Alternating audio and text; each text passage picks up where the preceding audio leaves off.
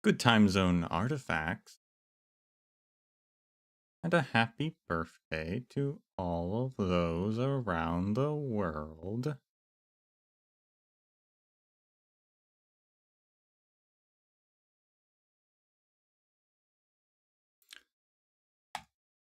Start of a brand new week.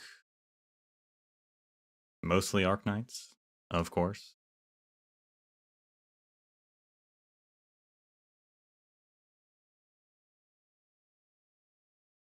I'll finish this event up today, the story.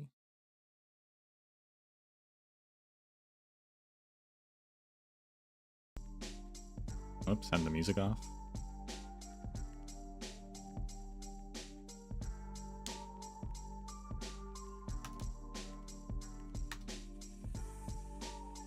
And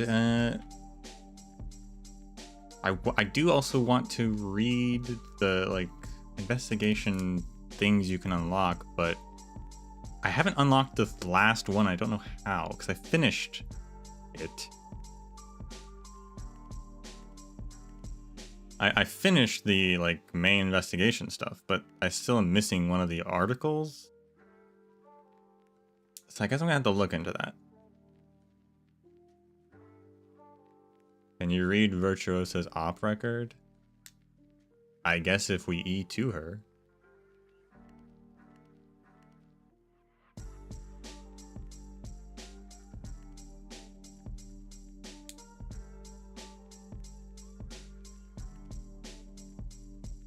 First things first, though.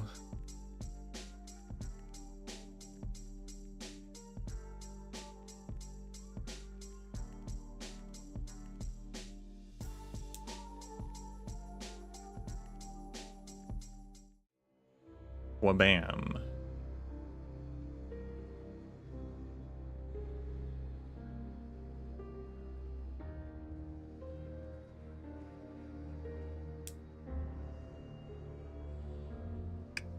Point of order.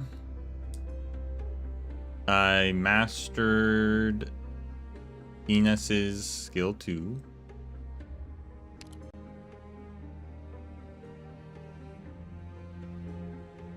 She now can steal up to 70 ASPD from the enemy. Very cool.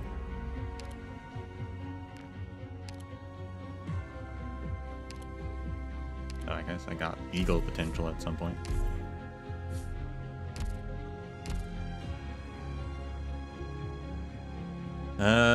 Who's next on the mastery list?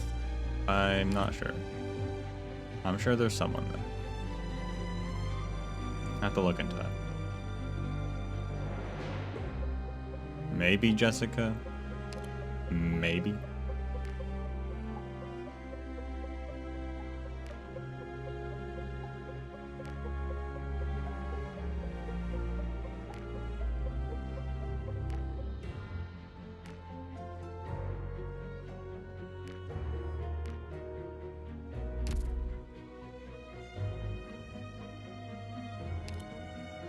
Well, let's get into it.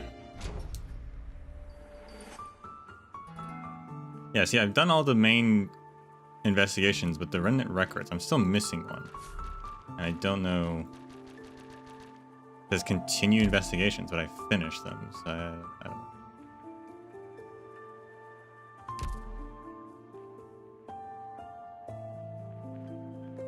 Figure that out at some point.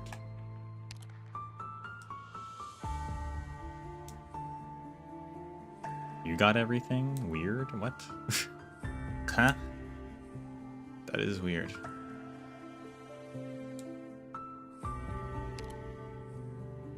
Okay, well, we'll have to look into that. Anyway.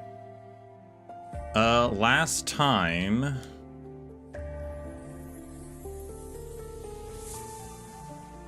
When did exactly we leave off? I think it was like 7, so like... The ritual to revive the Witch King was successful, although it wasn't exactly reviving him so much as it was opening a gateway into his pocket dimension in which he was still alive, because Fremont had lended him his phylactery in the past, which meant that when the Witch King was killed by the Twin Empresses, he wasn't actually killed, he was revived, or however phylacteries work, and put into the pocket dimension, which is in the same extra dimensional space that the demons come from. And it's a space of chaos, of annihilation, and it's slowly trying to destroy the pocket dimension. Since the pocket dimension is order and reality.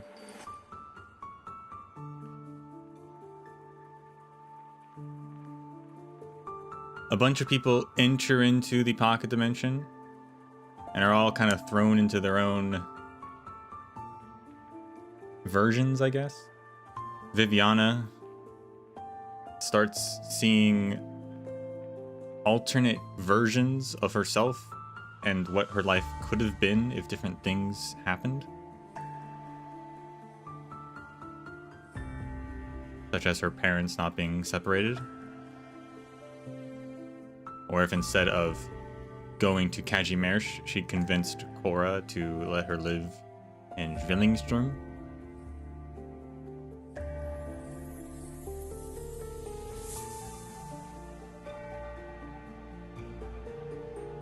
Executor met with the spirit of Yulia, for whom for some reason was in the pocket dimension. After she was killed, her spirit somehow ended up there.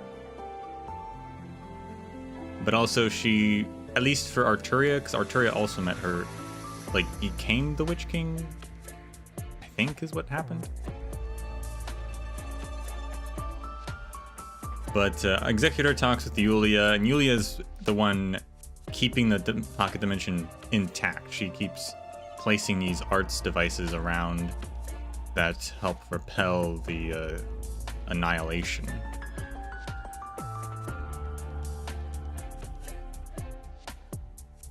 Executor talks to her, gets closure on for Loris Borden and her, and like that whole case of like how she died and everything. Arturia was talking to her, and that's when that version of Yulia, I think, then became the Witch King. They have a big conversation. Arturia, very interesting motivations for Arturia. She wants to create a world in which everyone is equal, everyone is free, everyone isn't inhibited by their emotions. They can live their emotions freely.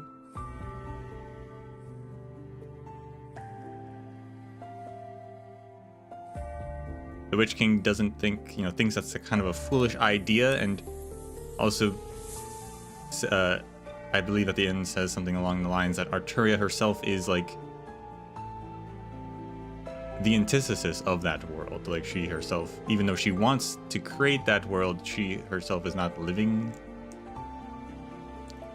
correctly towards that goal.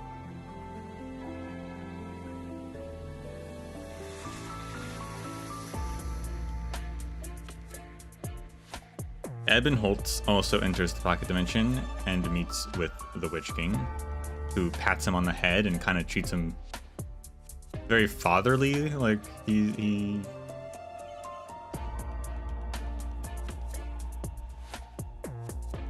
they have like a father-son moment. I'm not sure if Ebenholtz is his son. They're related, obviously, but I'm not sure how related they are. But they have like a weird father-son moment.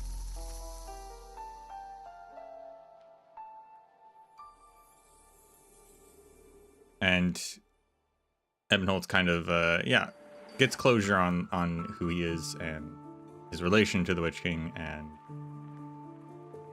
all of that.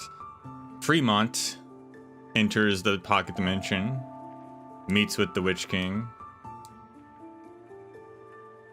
a past version of himself, and a past version of Fremont himself is also, like, he projects himself as for a moment. Fremont wants his phylactery back. Simple as that. And then the twin empresses also enter.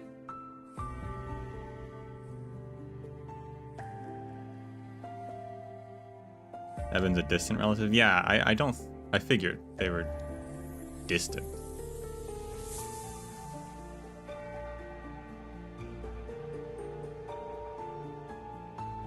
The twin empresses enter the realm and confront the Witch King.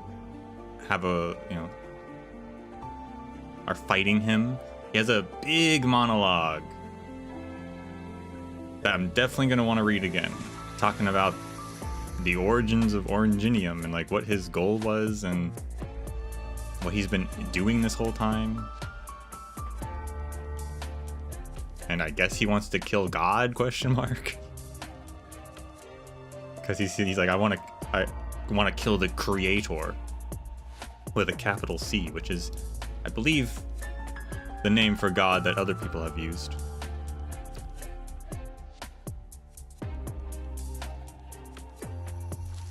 And that's where we are.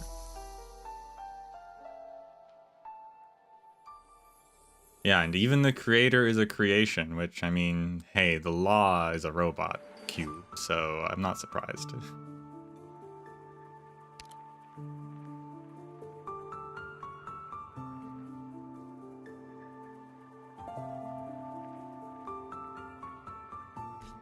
Anyway, let's look at his mechanics. Figure things out.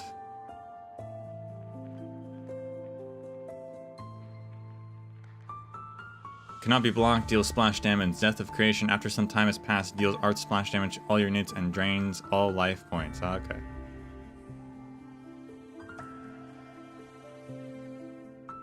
Teleports in the first form to the next checkpoint after some time. Punishment and foolishness. Whenever a certain percentage of HP is lost, devours 2 of your operators and randomly redeploys them at 2 locations. Very fun. Periodically inflicts Mark of Insipidity, which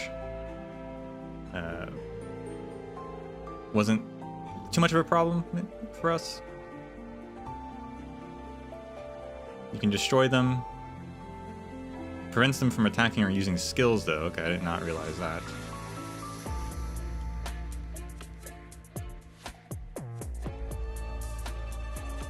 If he uses this skill again, he will defeat operators who have the mark on them. Not know that either. Reborn after being defeated for the first time, dealing arts damage to all your units, and unleashes Punishment of Foolishness. Once rebirth is complete, switches to second form and resets Death of Creation countdown. So both forms do still have a time limit. Second form, cannot move, creates a shield that protects against physical and arts damage for a single duration. Attack range covers the entire battlefield. Attack is greatly decreased. Attack splash area is increased, and defense is greatly increased. Takes control of all tuning nodes. Sovereign's Edict periodically changes the variation. Enemies that are boosted while variation is active and are continuously checked against the orchestra's tempo. Enemies that cannot keep up with the tempo become stunned. Interesting. Punishment of Insipidity only selects 1 target now, though.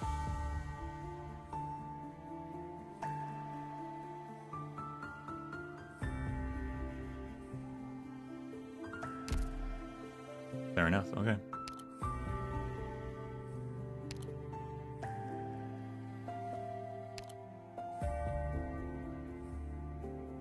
I'm gonna try out her first. Have you picked for me today? So I realized we hadn't really done that yet. And it is the better one for necrosis damage.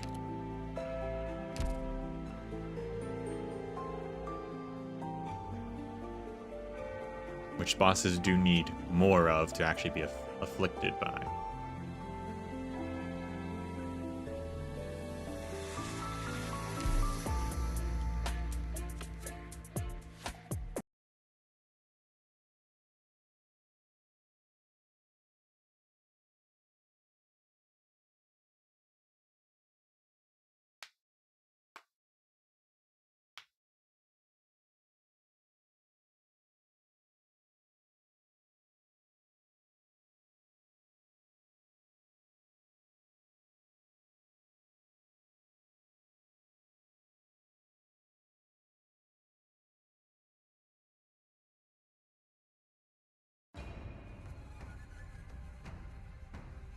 We can take care of ourselves, Professor.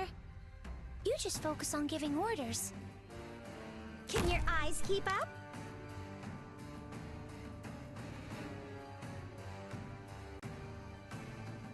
Your lives are mine to protect.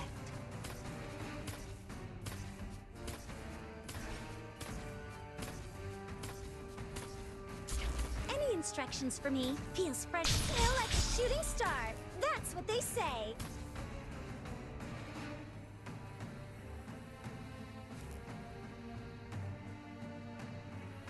Yeah, we'll put her there. Suffering will come to rest.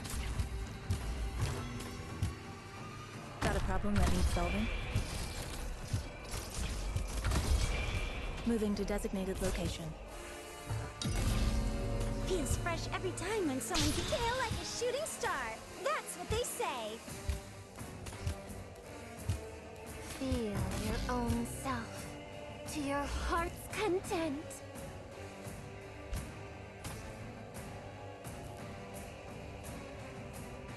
So he teleports down there, in that corner, and there.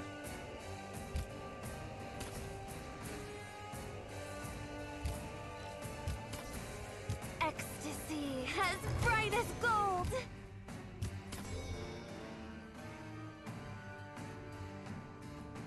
Got a problem that needs solving? I wonder if we could use, actually, depending on the timing, because that thing goes here, and it should shoot all the way down, I guess? We could shoot him there. Ecstasy Or quick enough. as bright as gold.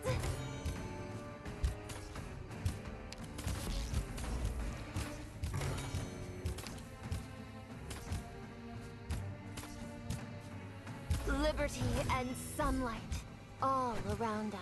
Except it's not gonna be there in time. Got a problem that needs solving?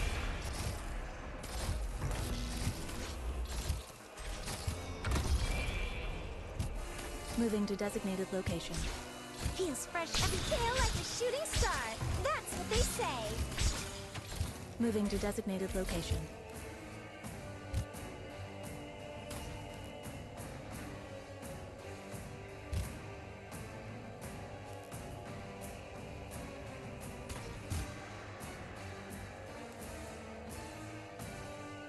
Liberty and sunlight all around us. What? With all of you behind you, Excuse me, I sir? won't take a single step back.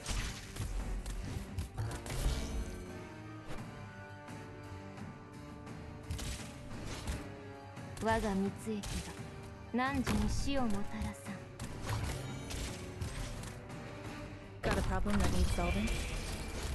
In position.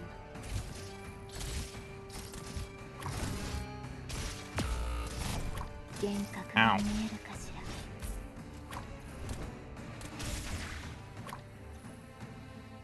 I'm prepared to fight. Oh yeah, they can't. No need Okay. to panic. How did we? We didn't have this problem last time. Okay.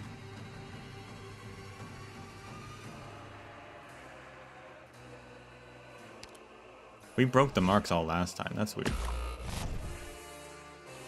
Well, that's unfortunate. And then then he goes there. Okay.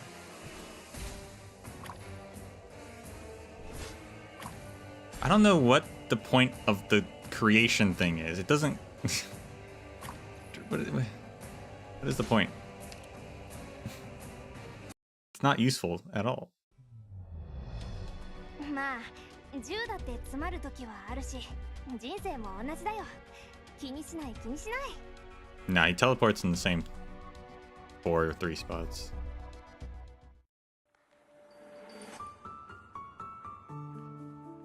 Yeah, it does damage to enemies, but like doesn't.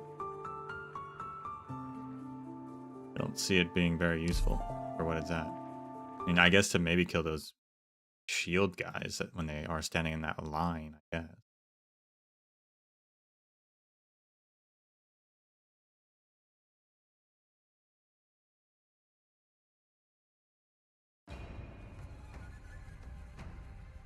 Notes fall into memory, and a melody resonates in the mind.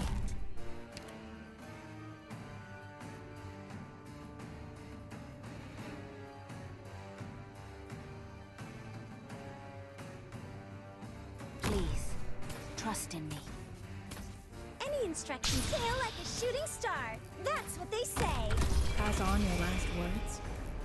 No. Need speed to succeed.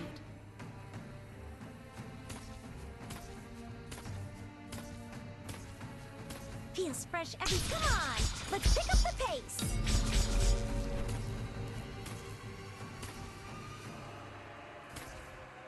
An imp suffering.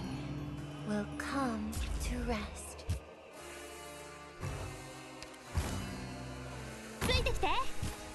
Concentrate. The boss only stands in one spot that he can actually get hit by it, but the timing of when he's there and when it's there are not the same. To rest. Any instructions for me? Come on!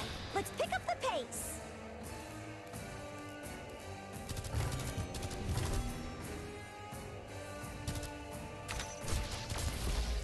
Got blood. You ran into me. Moving to designated location.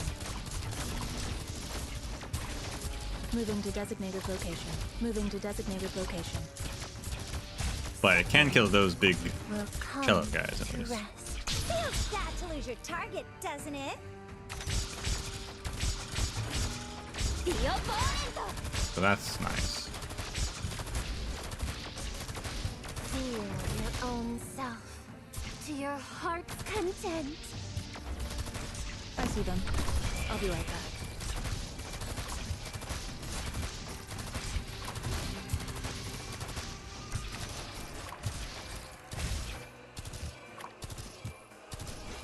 Needs Ecstasy as bright as gold. I'm headed into the thick of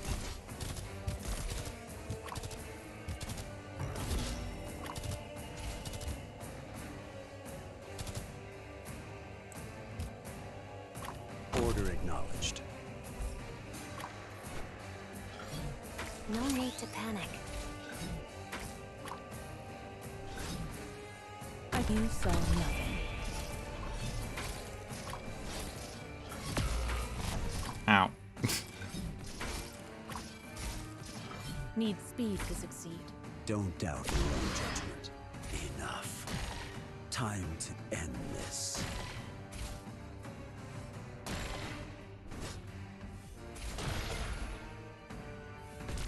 I'm headed into the thick of it.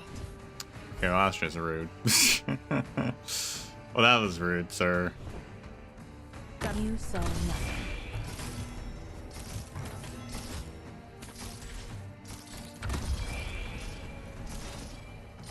Moving to designated location.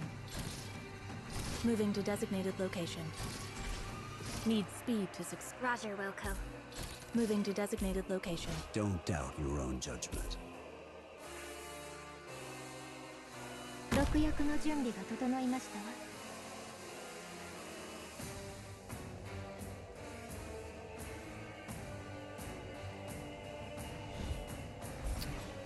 No, we're not gonna kill him in time. Suffering will come to rest. Oh, that skill's auto. I didn't realize that was auto. The concert may begin at any time. I see them. I'll be right back. Sail like a shooting star. Your lives now ignited. この毒はゆっくりとあなた方 I mean, maybe we could kill him in time. We're cutting it close if we do.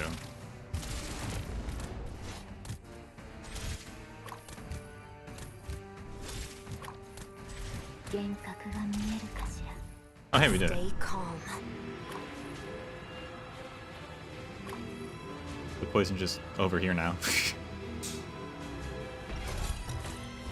我が蜜液が汝に死をもたらさん。 Like, so now he's just gonna stand there the whole time?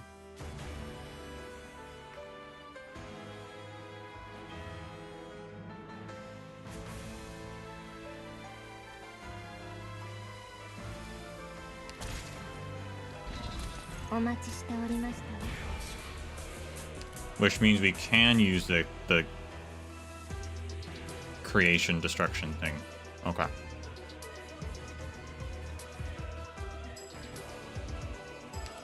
Checks out now. ついてきて Feel your own self. I'll heal you. Easy peasy. Ah, I should have faced her. Ah, I should have faced her. She would have been great for this. What was I thinking? Auspice will keep you quiet. He's fresh every scale like a shooting star. That's what they say. Feel your own self to your heart's content.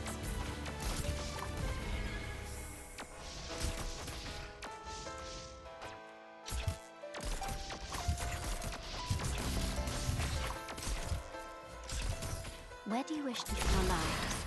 Now, ignite. Ecstasy as bright as gold.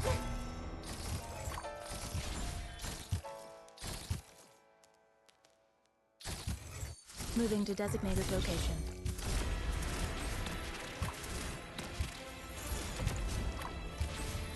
Ecstasy as bright as gold.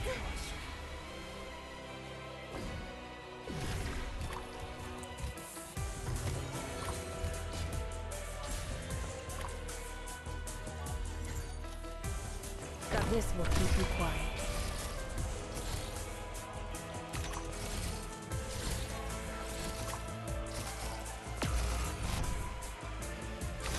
In position. Permission to Shoot fire. that thing like crazy, Jessica. I believe in you. Target, doesn't it?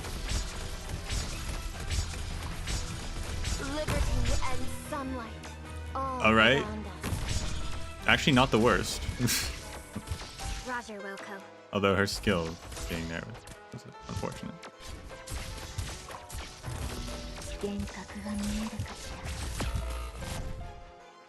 Ow. Same battlefield, different day. I see them. I'll be right back.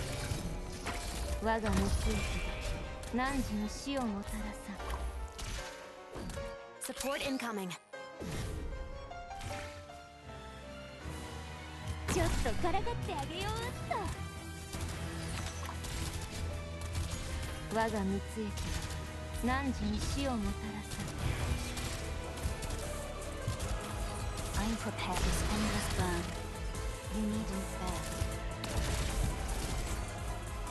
I see them. 我が無追記がティオポーレント。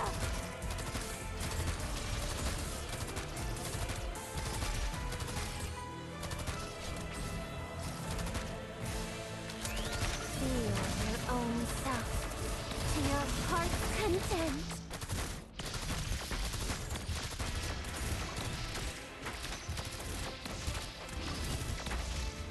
Gotcha, Witch King.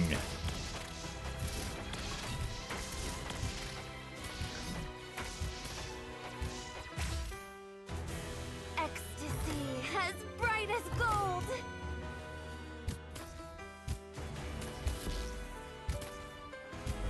I'll show you.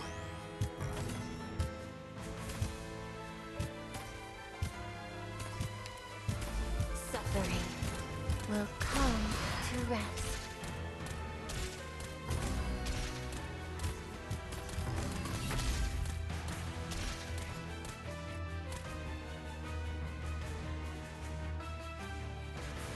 Ecstasy as bright as gold. Mission accomplished.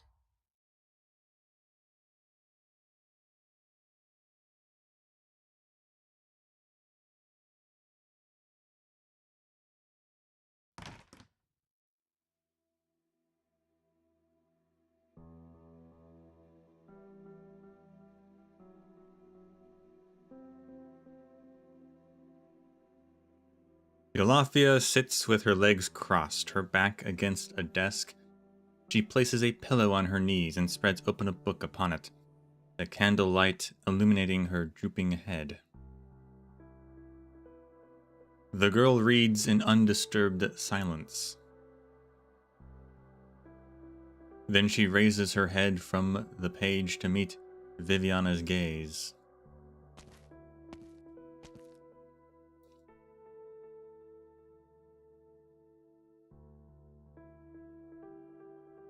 You don't seem very surprised to see me, Vivian.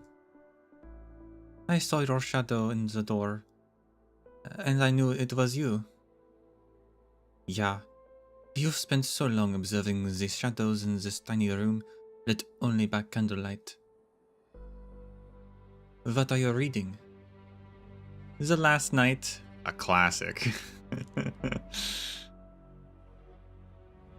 I am currently at the last chapter. Behind the nameless night is a huge and lonely lighthouse. The relentless waves push him and his steed, Rocinante, back. But they roar as one, and towards that huge wave, as dark as night, is a charge. No spoilers, please.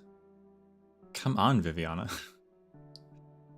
You'll spend a night reading that paragraph over and over again until you fall asleep on the floor with the pillow in your arms until Muti returns in the middle of the night to blow out the candles. How do you know? Of course she knows. The room, the posture, the book. This is her memory after all.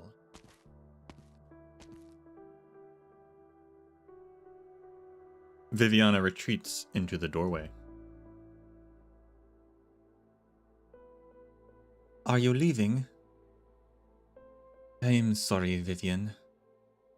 I have questions about my life, and I need to look for the answers. Maybe, just maybe there's still time to open one last door.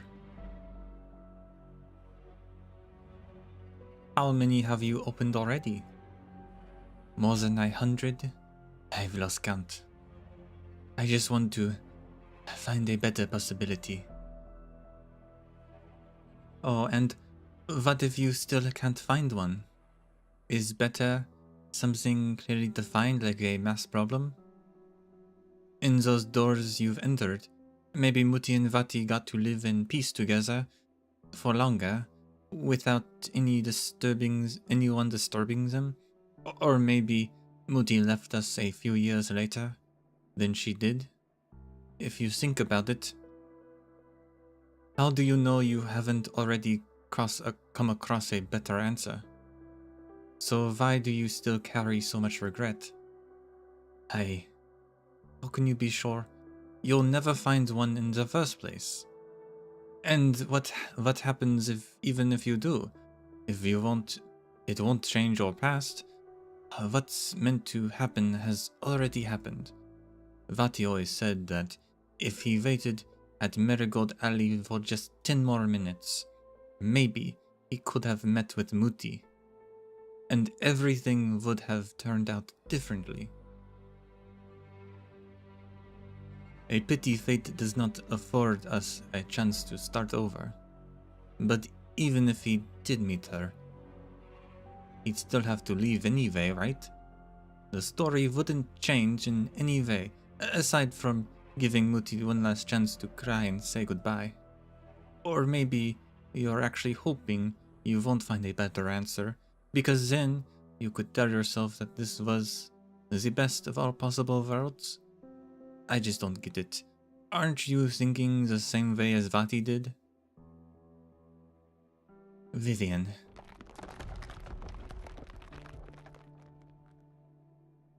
I am going back to my book. You're disappointed, aren't you? You should go. There's still time to open the next door. The sound of collapse approaches. Viviana turns around, the line of doors collapsing in succession scores in her eyes, like dominoes toppling into one another, or the fireworks in her memories going off all night long. The rumbles travel from afar, reaching the tallest spire in Sturmland. Her father seldom comes here. As the Kurd first, he has to receive an endless line of visitors on festival nights, and her maid mother, will be busy serving them until the early hours of the morning. She would huddle in the corner of her room just like now, the shield that sounds outside with books. Once the waves washed away, once glory and life together faded, the world and all its beings fell from zenith to nadir, becoming dust. Once the forge belched its flames, once catastrophe descended, once families and old friends alike forsook the soul, the last knight upon his great land all alone faced the swells as dark as night and began to charge. Back then, she had yearned for this so much, so full of courage. She had told herself not to be weak, to imagine herself as a knight, Viviana the knight. A true knight is unafraid of disaster or hardship. The collapse is clearly visible, its ruin right before her eyes. An inexpressible sense of danger strikes Viviana in her heart. She suddenly feels a strong premonition that the collapsing doors are not simply a manifestation of her repeated failures. And this tiny room, if this tiny room were to be swallowed up, something truly would be wiped away. Something would be lost forever.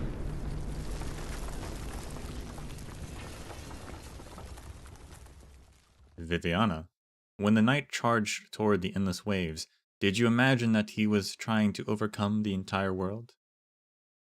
No.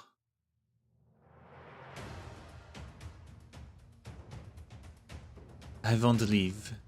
Viviana turns around, protecting the little girl with her own body.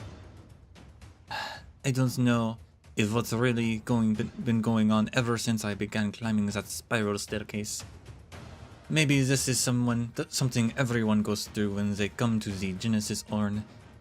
To be tightly bound by the knots deep in their hearts, to lose themselves in a whirlpool of chaos, becoming one with it. Vivian, what do I say to you? Or rather, what do I say to myself?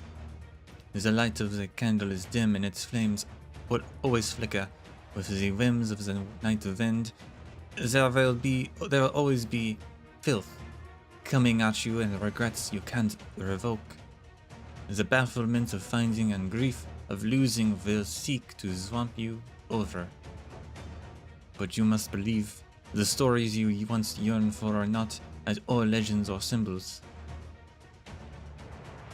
You've seen for yourself a radiance that can light up the entire land, a light that does not flicker, even when no one is walking the path it illuminates. Maybe you yourself are not that radiant light, but you too have once drawn your blade to protect it. Never forget this. Viviana Drosta, you are a knight. The collapse arrives, and darkness swallows her in an instant. Compared to the last night, whose nemesis was the ocean beneath and the sky above him, she knows nothing about her enemy's identity. She suddenly finds herself unable to feel the sword in her hand, nor can she light a candle. Fear, suffocating as the ocean and raging as a tide, instantly scours her to the point of numbness. But soon she feels calmed, soothed, and relaxed somehow. Dread and sorrow no longer drown her. Because bit by bit the waves are no more. Just what is it in those collapsed doors and their cracks that is devouring her emotions? Countless images, real and fake, intertwine, binding Viviana into a strange yet soft cocoon. What must she hold on to? What can she hold on to? A dazzling light fills up her vision. She comes to a stark realization. Tested by a dark, bitter, and thorny path, and scored in history by its legends, a knight sword staff that even time itself can never wear away. Here and now it shines in the palm of her hand. He tightens her grip with the weapon in hand. The knight now wields her sword staff and cleaves at the darkness ahead. Its radiance intensifies, and a resplendent gold builds up, delivering its radiance toward the ends of time and space. Gone are the spiral staircase and the doors. Viviana looks down at her empty hands, betraying the gritty sensation that felt so real just now, she shuts her eyes, reconstructing in her mind the last thing she had seen within the darkness. Malevolent spirits take the form of indescribable sounds, lights, shapes, and colors, together forming chaos itself. Piercing through it all was the sword staff, resplendent and glorious. I was holding onto a projection of it. Their Majesties. No, more terrifying calamities than the chaos outside the Genesis horn would befall. This place must not fall to ruin.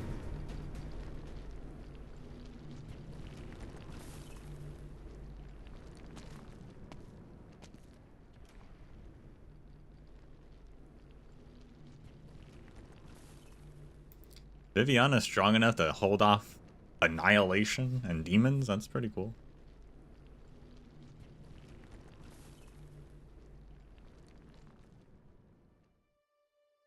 Fremont, the twins failed. Oh. Unless this is past failure, I don't know. Yet you have come to conclude my concert at the end. You have been a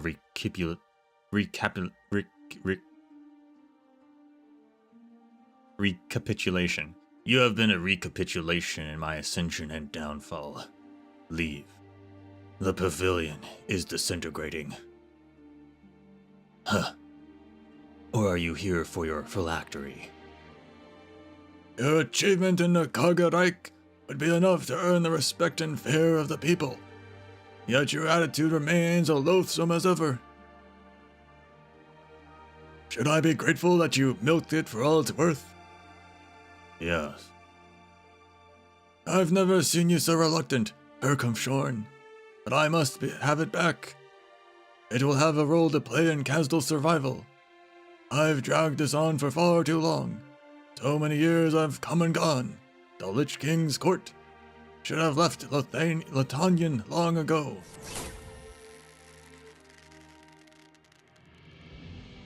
Exile. You had the chance to perform this witchcraft long ago. In that secret room in Ludwig's universe dot. How long has it been? As they count time outside. 130 years or so. In the next moment, the belated witchcraft crosses both the protracted span of time and the divergent paths of its companions to be cast once more. Heavy, grizzled rain falls upwards. Kargerreich seems to be flipped over by this stream of flow, and the exile, which is taking his full effort to perform, is soft and permeated with an unusual beauty. You have never made yourself a greater fool, Fremont. Phylacteries are the knot you liches tie inside the veil, one that resonates with your life. It is impossible for you not to feel its presence. The raindrops cluster into strings, dancing in the void to the rhythm of Fremont's breathing. His breaths are nothing unusual, but a long-lost abundance of emotions wells up from the depths of his soul.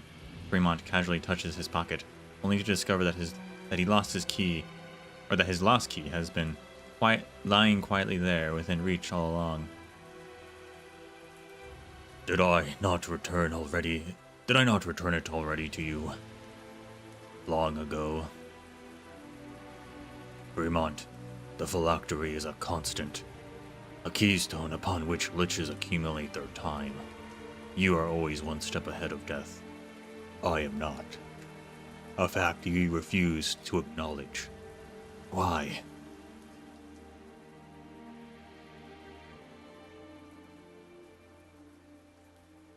The moment the entire space is soaked, the lich's strings finally envelop the Witch King, embracing, entangling, almost forming a coffin-like shape.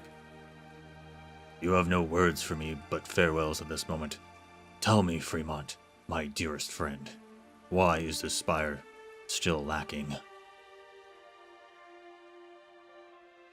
The age-indifferent Lich merely stands before the empty space without a hint of expression on his face. The traces of the exile scatter, and the threads feel not the Witch King's presence, as if the ferocious Cabernet with the twisted horns had never existed in the first place. Only his final murmur remains in the air, as weighty as an interrogation, as light as a sigh.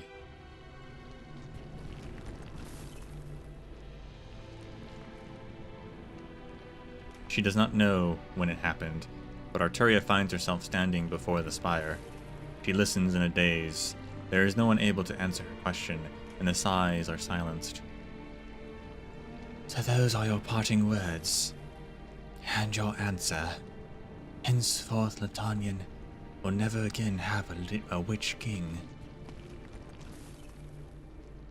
So this is where you were, Arturia. Federico. Federico looks up and sees the gigantic black spire gradually lose its shape and color before his eyes as its faded oranginium clusters dissipate into vestiges. Even the Witch King, known far and wide as history's most powerful soul, was unable to resist his inevitable demise. Breathes. Federico lifts his gun. Latanian's twin empresses have already intervened directly, and the overall impact of this case has far exceeded the initial risk assessment of the mission. Once this has concluded, I will contact Pope Evangelist the 11th as soon as possible. Until then, your freedom will be restricted until we can return to Laterano. No. Federico has heard her answer.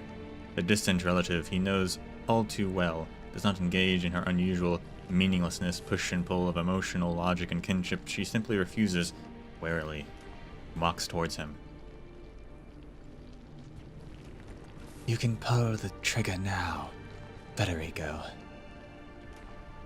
Right at this very moment, in the chaos known as Kargarreich. You're the only one before my eyes, and there is no one I can perform for. I've lost my music. I won't return, and I can't play any games either. There are holes in your logic, Arturia. Arturia walks straight past him, as if she doesn't hear him at all.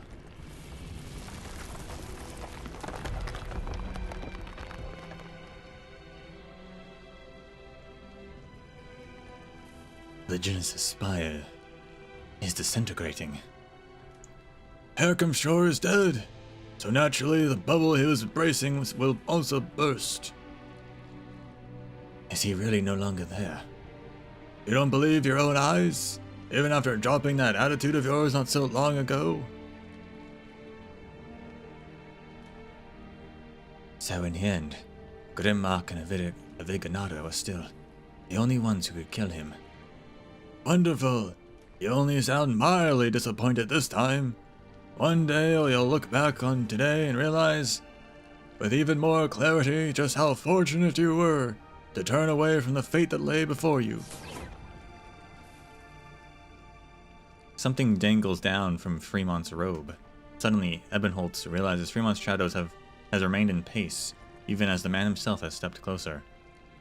The shadows wraps around the crumbling stone, stretching all the way along the steps before gradually coiling around the entire spire.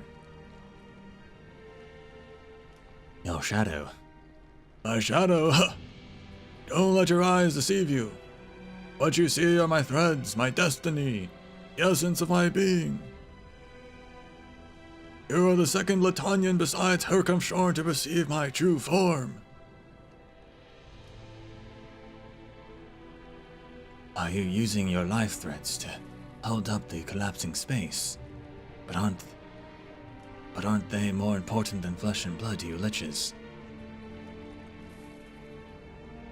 Hercombe did a lot of disgraceful things, but he was right about one thing. Annihilation is almost upon us. If we let Kargarreich leak out and deep fry Latanian into a cavity of nothingness, we'll all be gone, lich or not. So run, little lamb. This place can't hold the living for much longer. Leave this tomb quickly, lest death catch up with you. Shadows crawl all over the old lich's body. Shades of black instantly split into countless threads. They fly towards every falling piece of debris and crack in the void, but the vibrations still intensify. It's too late. The collapse is right before us.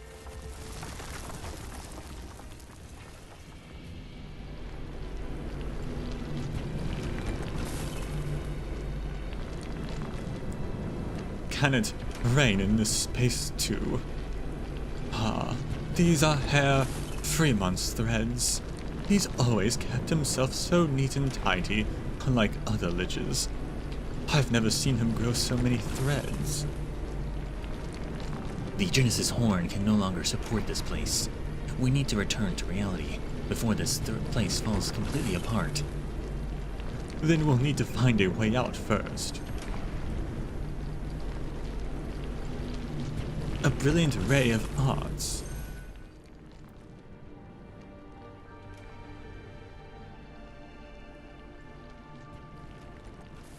Empress's voice, Vivian Drosta. I should have fought alongside your majesties. Please forgive me for my tardiness. It's you. Viviana, your light is somewhat brighter than before. That's because I saw through darkness. I was just walking along an endless spiral staircase, witnessing the collapse of one possible reality after another, and was almost swallowed by the chaos. But at some point, I caught a glimpse into the darkness, and I haven't the slightest idea of what I saw. Perhaps it was the deepest of dreads, the largest of voids, complete disarray, and a calamity we cannot comprehend. They lay dormant within the chaos, and I felt their gaze upon me. Grimarked, Iveganada. The enemy is advancing like a blitz. They are about to invade everything known to us.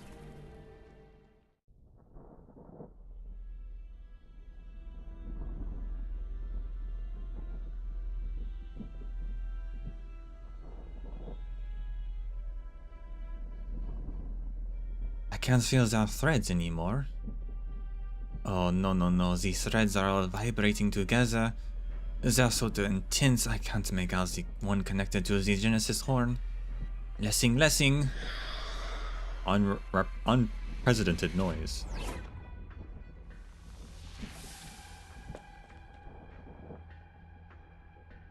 Frau Immigard, Herr Mayor, it's over here. He shouldn't have. I'm not dead yet.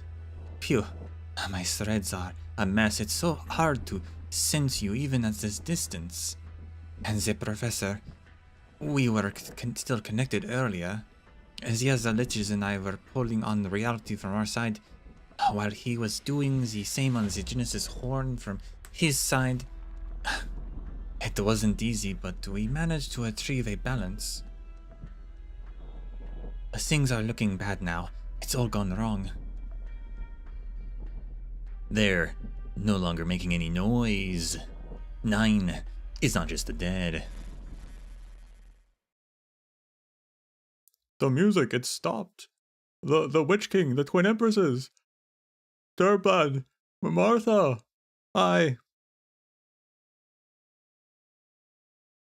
The whole theater has fallen silent.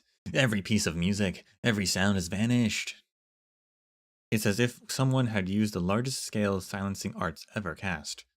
Those who lost control of themselves in the chaotic noise have now lost their surface level agitation. Pain, anger, and other intense emotions fade from their faces, replaced by a deep fear. But this dread does not last for long. Instead, it expands into a blank space, and at its peak, a void.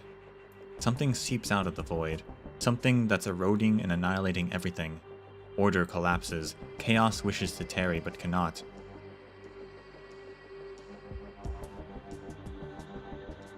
Man, Who would have thought this event would end with Latanian being invaded by demons?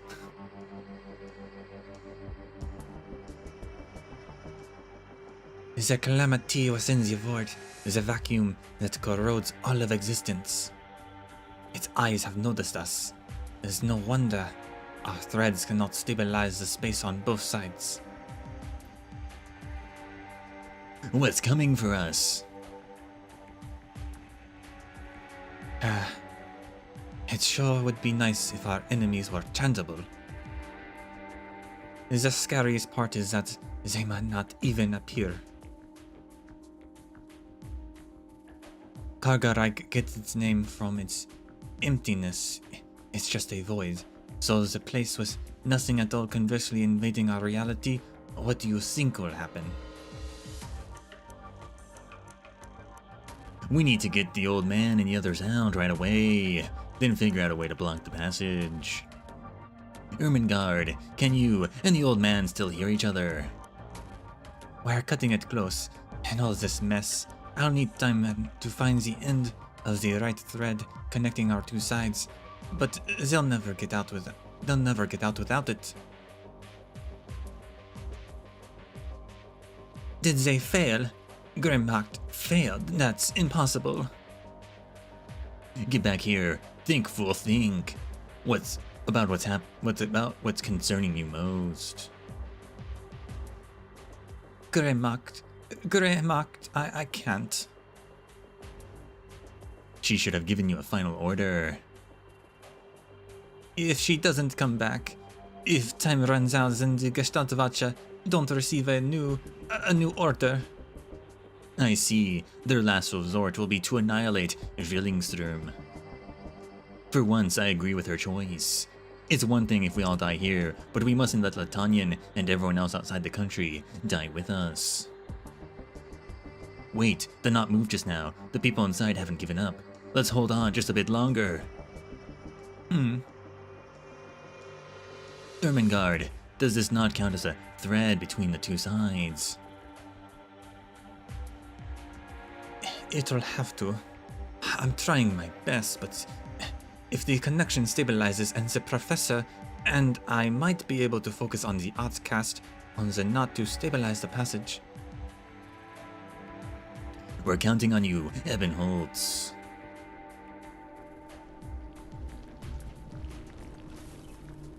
What do you think about the event so far? Pretty good.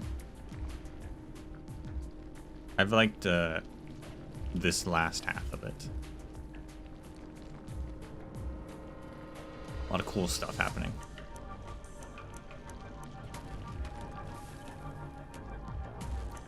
I can feel Lessing and the others. They're close. And you think that's a good thing? Kargarike and reality are once again being drawn near, like two bubbles stacked on top of one another. No, more like a bubble balanced on the tip of a needle. Even the slightest bit closer and the bubble will burst.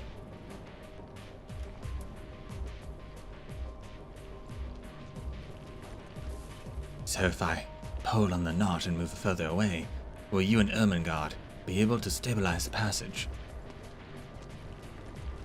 Stay away from the edge of the bubble. Scheiße, little lamb. You're gonna get yourself caught in the void. The knot trembles in his hand. Ebenholz can feel the hand gripping the other end. A hand already numb from too much time spent swinging a sword. His strength spent, his arts nearly exhausted, his wounds no longer bleed, and his pain gradually blurs. His duty and his will remain seated deep within his brain, pulsing tenaciously. Such concepts are difficult to describe after language itself has collapsed. Why did he come here? Why have we been fighting? Why were we born and why will we die? The void greets him. There is no path forward either. There is no path either forward or out. Only nothingness to meet. Ebenholz is falling, and at the end of his fall, there will be nothing at all. No, there is something there. A warm shade of white, emitting a radiant yet gentle glow. Ebenholz suddenly realizes that while he didn't have time to find the cello-playing Sancta, he has found the answer. The emotions and memories he shared with him was not bestowed upon them by any person, arts, or even fate itself. The most beautiful part, right here with him, has always belonged only to them. A smile, a piece of music, a touch of hope.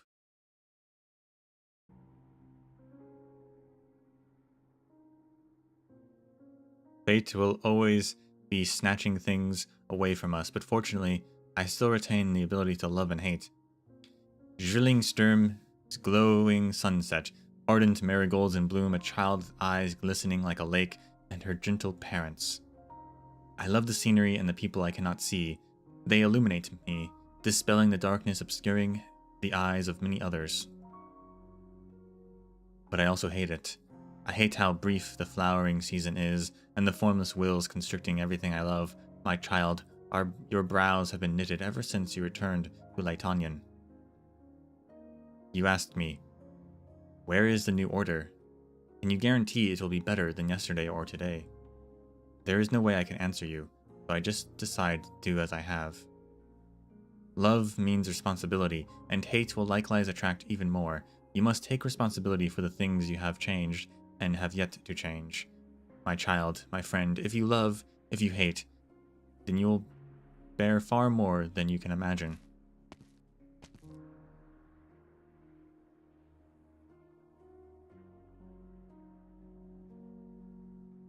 I doubt.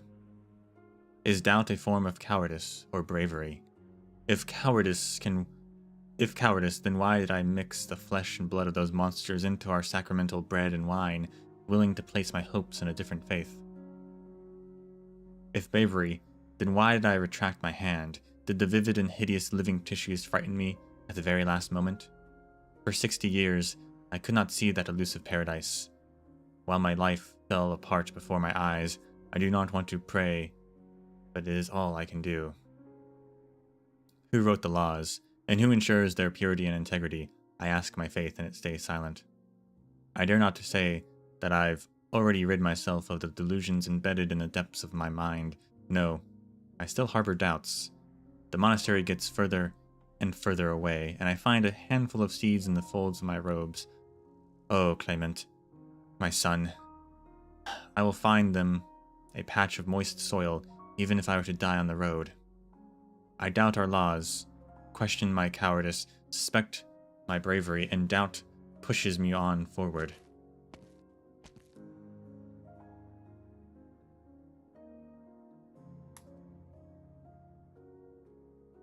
Honestly, I hate alcohol, but suddenly I found myself unable to live without it. It's been a long time since Julia's death. 3 years, 5. Twice in my life I have run away.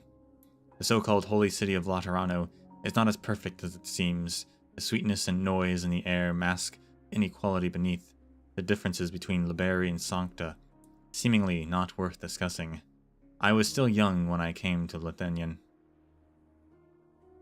The dark clouds I saw were a stark contrast to the white walls of Laterano, countless dead tragically under the Witch King's regime. I was the first soldier to set foot in the Witch King's spire, but I never once believed that his defeat would usher in a new era for Lathenian. Julia was wrong. I have always been pessimistic. Disappointment makes me sober. Disappointment compels me to look for a few good things to protect. But in the end, I reached a compromise with my disappointment. Ended up like this. If souls truly have a final destination, then I most probably won't be going to the same place as her. But surely I've protected at least a few people. At the very end, I want to ask Herr Executor, Julia, and myself, do I still count as a hero?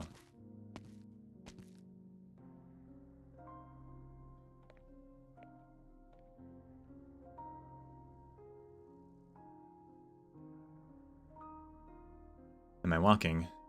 I never seem to stop. But where am I going?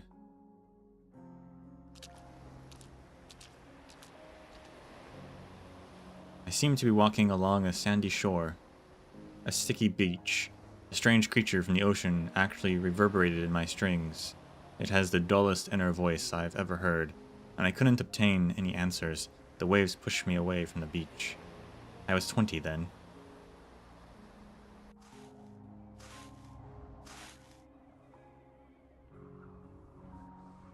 I seem to be walking over sand dunes. Soft grains of sand. Opposite me is a warrior known as the Jayidin, as old as the golden grains. With every note I play, history roars from the cracks in the warrior's armor. I was 15 then. I am walking. I never stop. I am walking on.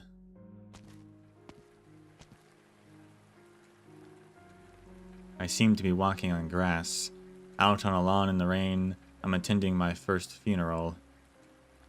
My thanks to Arturia. It was her music that helped free me from my fetters. And my thanks to you, Marcello. Thank you for blessing me with a wonderful life all these years. I doubt we'll be apart for long. Once this war is over, we'll be together again. I stand before the gravestone, watching guests walk up, and one by one to pay their respects to my mother. I hear their voices clearly. Sorrow, lament, regret, ridicule, hatred, glee. But why and how were they still able to maintain the most suitable sadness on their faces? Do we not respect life only by facing death with our truest feelings? I remember what you told me, Mama.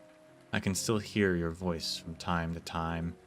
How much courage do I need to be able to struggle free from my ego day after day, to be brave enough to make that first step. Freedom is so hard to find. But death, why is death so easy? I had finished my performance by the time I awoke. Fede. Once again, I couldn't control my own music.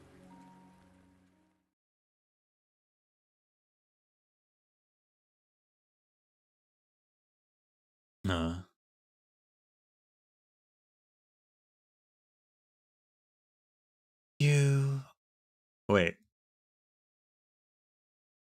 Okay. Arturia. You revere death so much. Death erases one's existence so easily and puts all emotions to rest.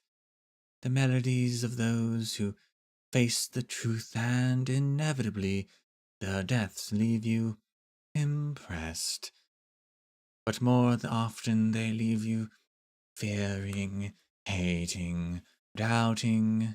But you are silent. How much more do you need to perform as you wander endlessly about? How long before you finally reach that future? How many more blank pieces do you need to compose for yourself? Even silence will be played, and every competition must have its conclusion. I saw your only truth. You are so fragile.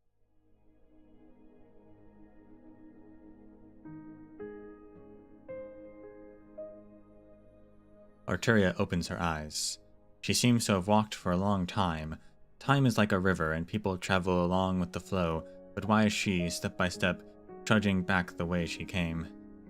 She feels like she has become a broken vessel, and the unwavering affection, intense hatred, tremendous courage, and unreconcilable despair and remorse she has experienced through thousands of people. They drain from her, drop by drop, until she is left with only her empty self. She finds herself outside Kagerreich, in a plaza surrounded by a crowd. Emotionless faces walk past her, and she stands there in a daze, mirroring the same expression as everyone else. Arturia looks up, lifting her head from the lawn she never left.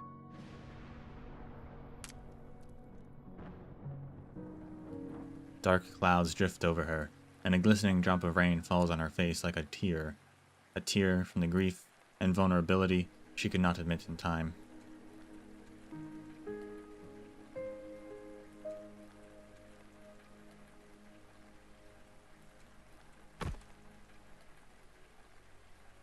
Martha, my love, you were the one who lifted me up from the darkest days, inspiring me. But now I can only live with thoughts of you. Should I go looking for you, even if your fathers disagree? You must at least know that my love for you has never wavered. Not in the slightest. Martha, my love, you were the one who lifted me up from the darkest days, inspiring me to do whatever I wanted. Now I can only live with thoughts of you. I should go looking for you. Even if your fathers disagree, you must at least know that my love for you. Every person in the huge amphitheater before the spires is muttering something on repeat. They speak of their feelings, but their words lack even a hint of emotion. They do not see Arturia, or anyone else. A triangle hits her arm as people cross past one another, and she almost drops her own instrument.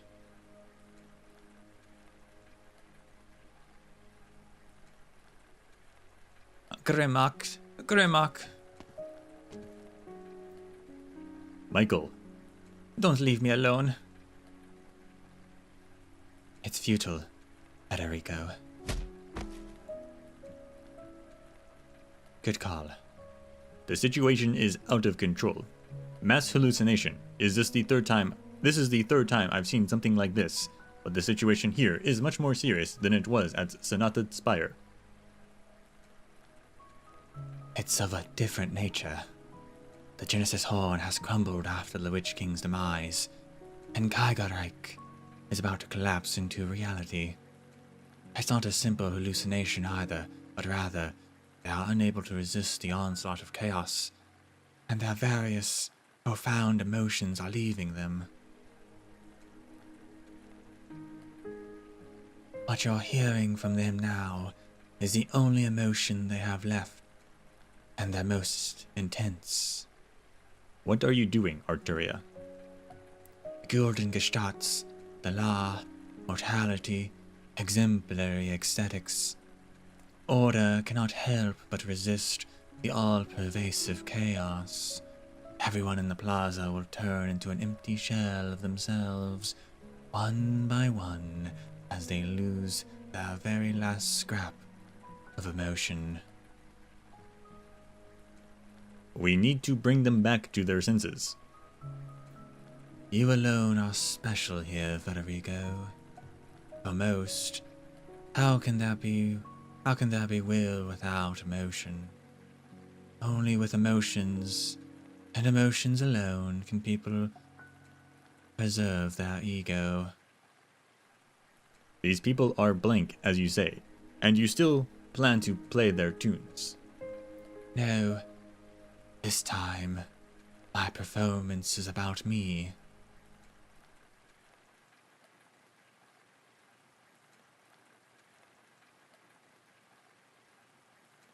It's about my own emotions, and I shall share with them, everyone here.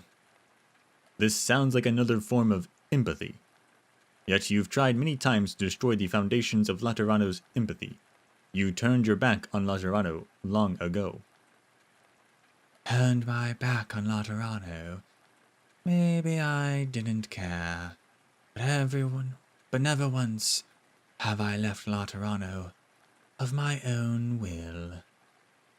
I just strongly disagreed with the order represented by their law.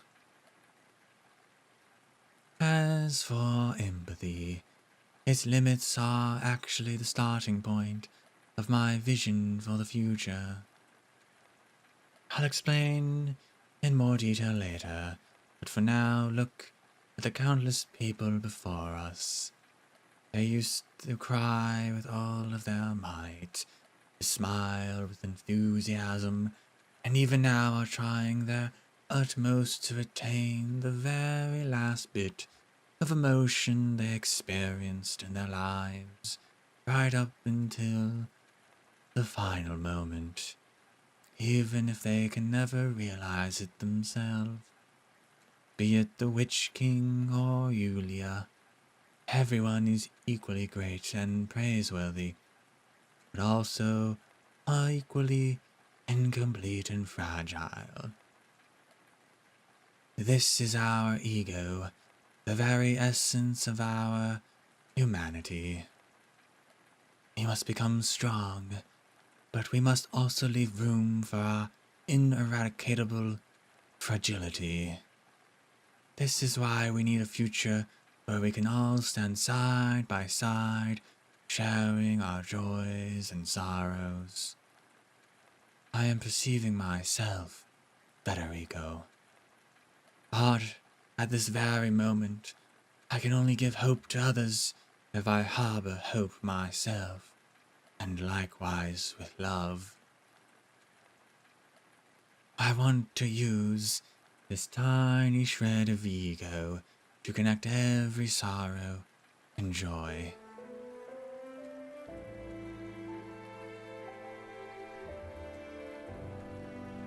The sound of your strings. People are coming your way. That young noble's face is showing an expression. Emotional reflux, an involuntary reaction. A hollowed out soul needs time to re-accept everything. Operation Assessment, Arteria. Your actions will help stabilize the situation. Executor Federico Giallo will assist you. I will allow no one to interrupt you until you have finished playing. After the briefest of pauses, Arteria grips her bow tightly again. The movement builds towards its climax. The scrubbed strings are sounding in a rapid flutter like a butterfly's wings. She manages a glance up at the sky and sees a giant crack suspended above the twin spires. An eye of darkness open wide, but still the sunset surrounds it, yet to be completely eroded. How beautiful the sunset is, like a blaze set aflame when the shackles are smashed open.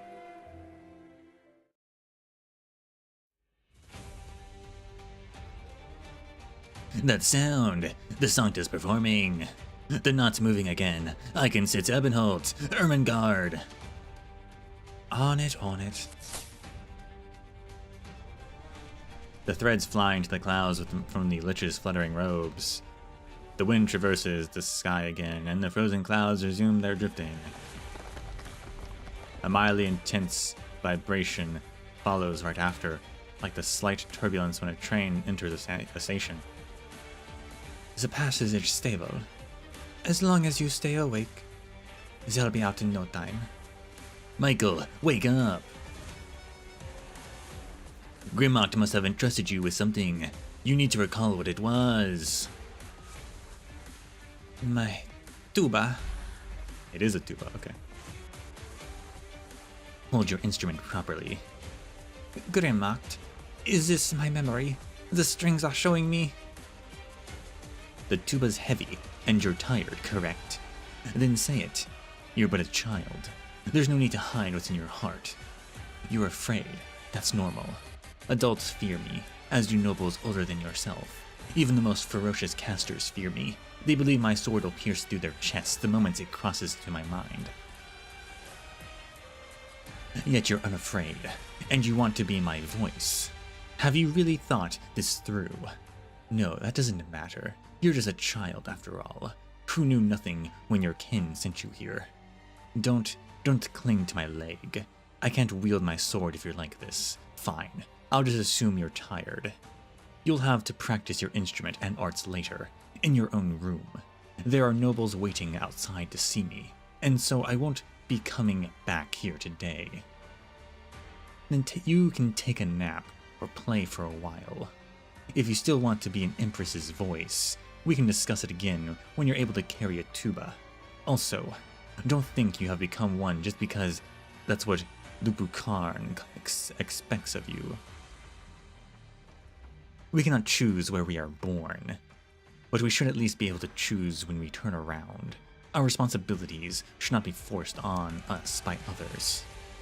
You'll have the right to play the horn I gave you when you've thought it through on your own and decide on what you want to stand here as.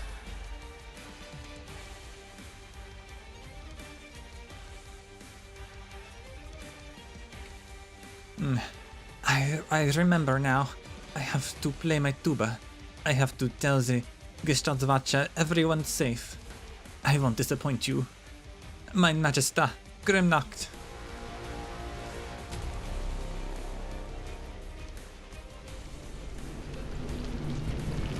Fine work, Michael.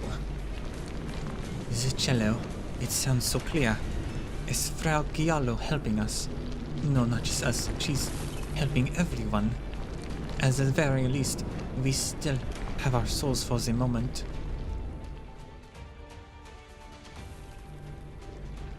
We can still fight. Is that the outside? Is this a passage? If we can exit through it. Viviana, find Fremont and ensure everyone in this space returns to Terra. What about you and Grimnacht? Us. Naturally, we'll fulfill the duty we've always shouldered. To keep any and all threats away from Lytonian.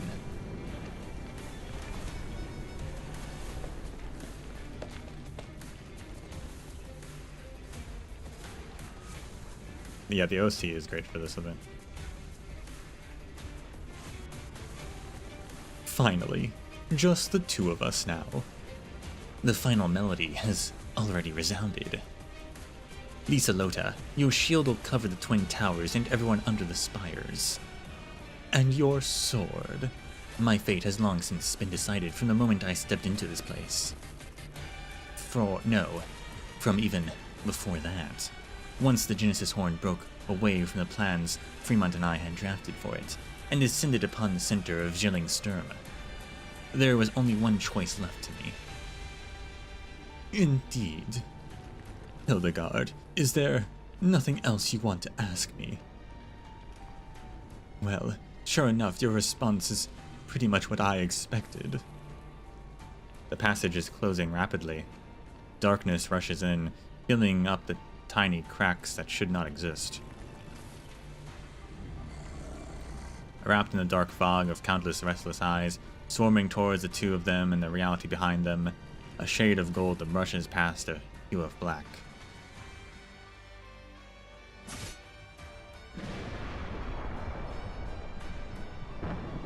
Herkuf Shorn built a spire here, establishing order amidst chaos.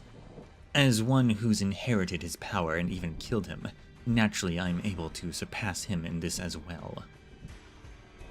The eyes in the void, the dark, or the threats within the chaos, the beings condensed from fear, the enemies who do not exist in reality, demons, I, Grimmacht, Kaiserin of Lytonian, and her sharpest sword, hereby declare that you will never invade my country.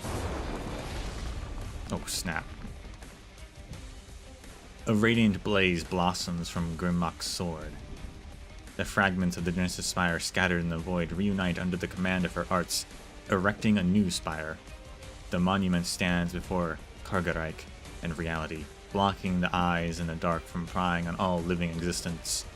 The twin spires in reality, the people beneath them, and the clouds above all blend into one under her light, becoming a blurry, warm ripple, gradually drifting away from her. Grimmacht does not look back. Her arts, her sword, and her body have all become one with the pitch-black monument. They all say you are impossible to defeat. Be it here and now, or in a distant future, I will be undone by chaos before joining it. This is my fate. But it is absolutely not the fate of Lytonian and her people.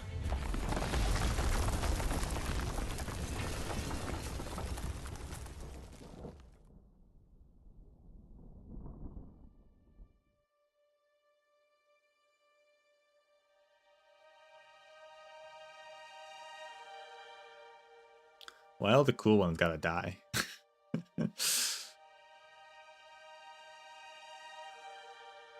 Arknights hates cool people. The sunset, it's back, and so beautiful.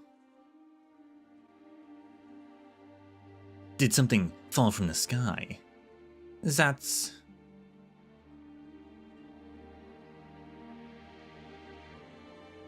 The irregular dark clouds cracks open.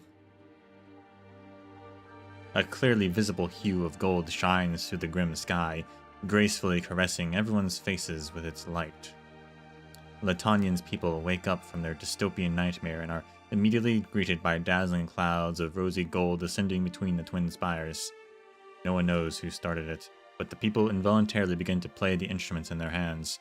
It is no longer the Gulden Gestats or any other familiar classical piece. A brand new melody accompanying the multicolored radiance of Oranginium arts echoes the excitement in everyone's hearts, flowing spontaneously under the rosy clouds. Did you see that, Federico? Etanion's new hero. No, the birth of a new god. The one who killed Herkufshorn for the second time, neutralized Etanion's calamity, and brought hope and vitality back to the people of this great land. Latinian Sol Kaiserin, a Viganata, the eternal grace. She will replace the Genesis Spire completely and become the sovereign of Latinian skies, more splendid than the gold of the sunset itself. Gold der Zwillingstürme. The people are ecstatic, and her wish is fulfilled. But this newborn god, she sheds a tear. The brilliance of her golden radiance snatches away everyone's attention, leaving the tear rolling off her face to remain in darkness for eternity.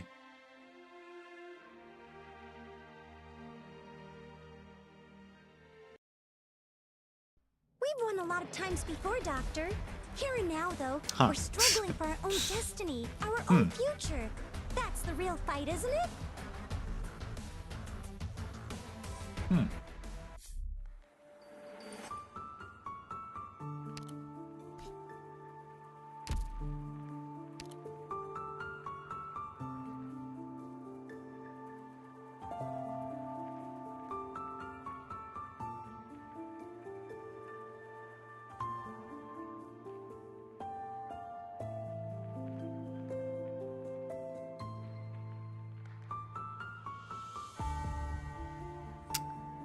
I guess we'll see.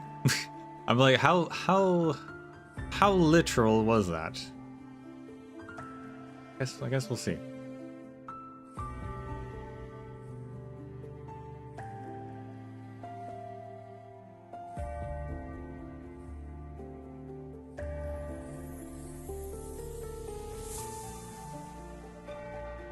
As for up until the last bit of the event with the Witch King and Eben, Holtz, and Vivian, I didn't have much to contribute in the final climax of the Witch King. Yeah. Eben Holtz's story is kind of weird. The direction they took for this, coming off of Lingering Echoes. I mean, he gets closure when he meets the Witch King, but also the whole, like, voice in his head was nothing, question mark? Even though it definitely was something, but...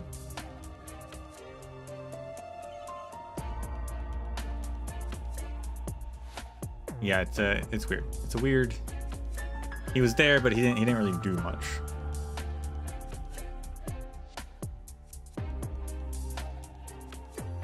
And Viviana also...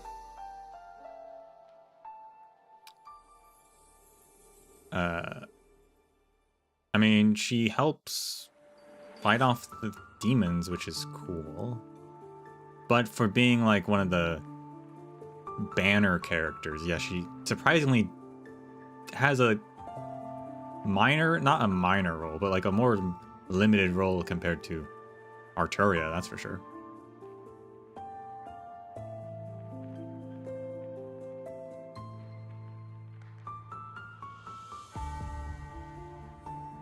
It's mostly just like an exploration of her character.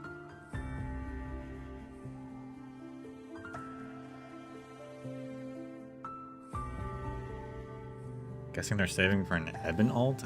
Do we need an Eben ult? I don't think so.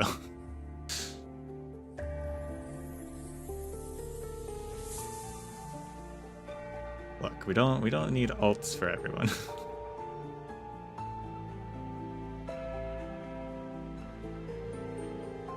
Unless they're the novice operators. Those are the best ults.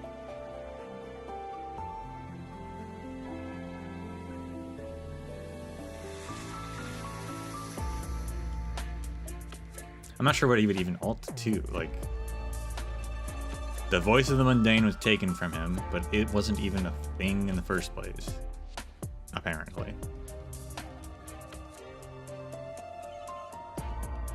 He's just like a normal dude. He's got the dice, but that's already his power anyway.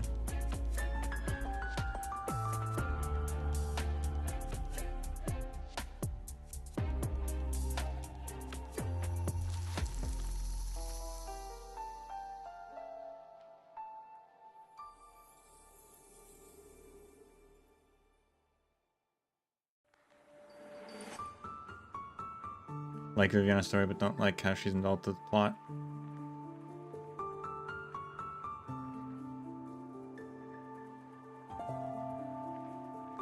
I need to fix it.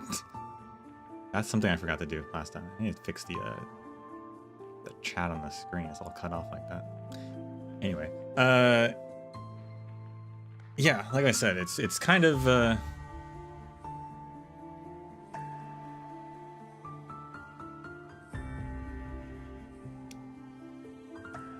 kind of takes a backseat to everyone else.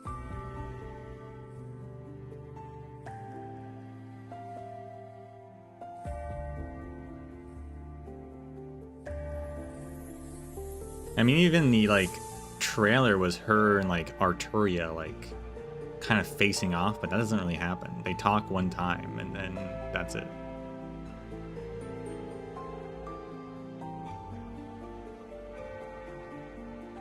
This was the Lich's event, that's true.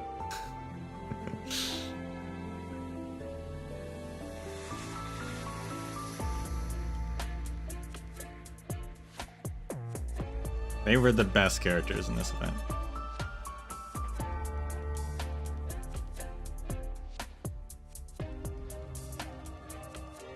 Coda Evening Glow. The curtains fall in the grandest ceremony. In that moment, cementing more than just the sunlight.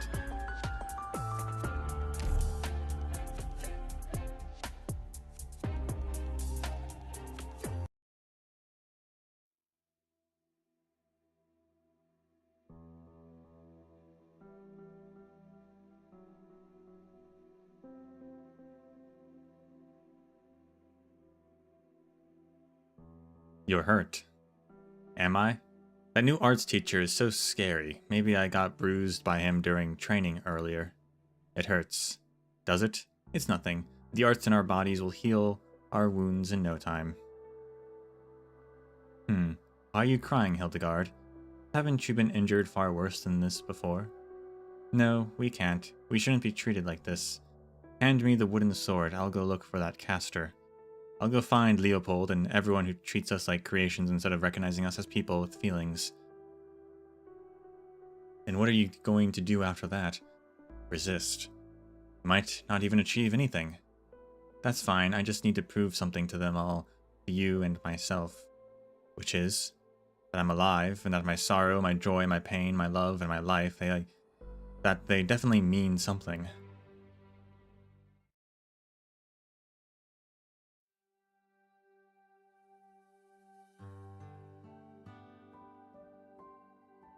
It's beautiful, just like it always has been.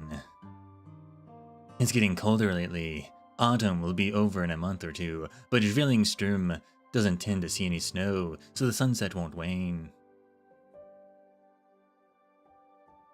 This is so real.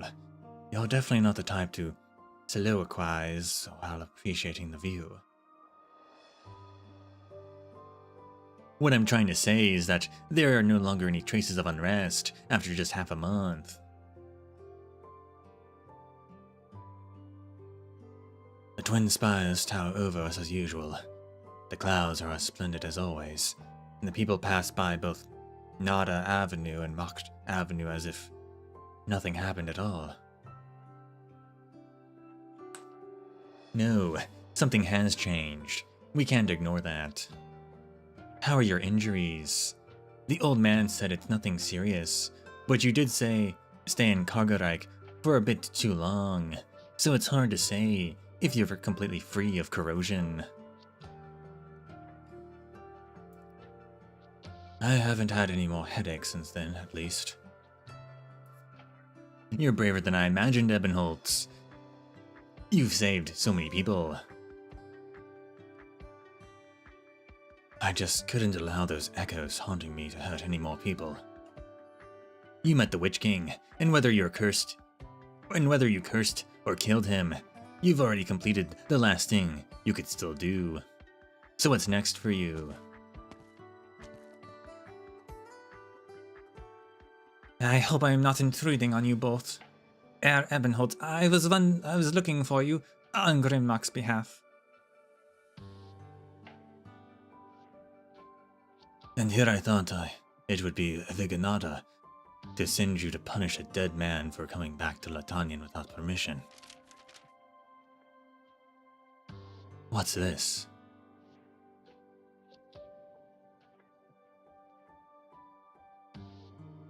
Grimlock handed me 2 secret letters, one calling for you to return to Zwillingstürme, and the other granting you a final choice.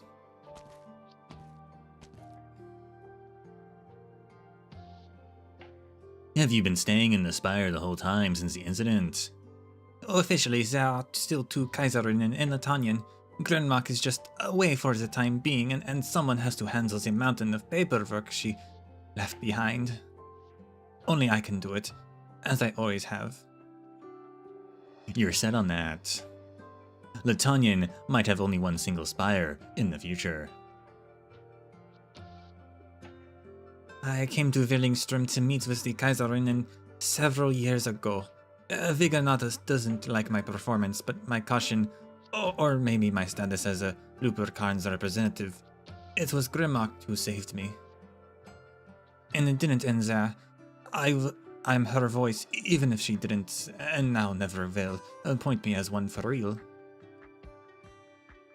You, me, and even some of the nobility, many Latanians believe in the path Grimlock was seeking, right?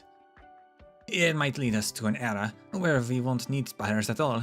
There's still so much more we can do. The way you're talking, you've matured since the last time I saw you, Michael. That's because I'm a growing boy after all. Herr Ebenholtz, I see you've done reading the letters, so I'll take my leave now. Whatever your answer is, I hope you'll be happy with it.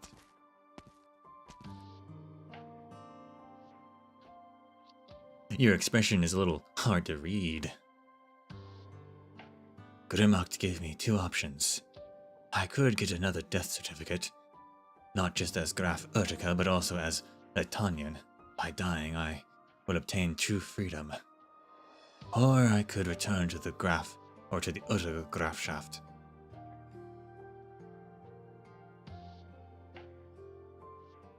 Let me tell you a story. There was once a young boy. I'm not very good at telling stories, but just listen to me.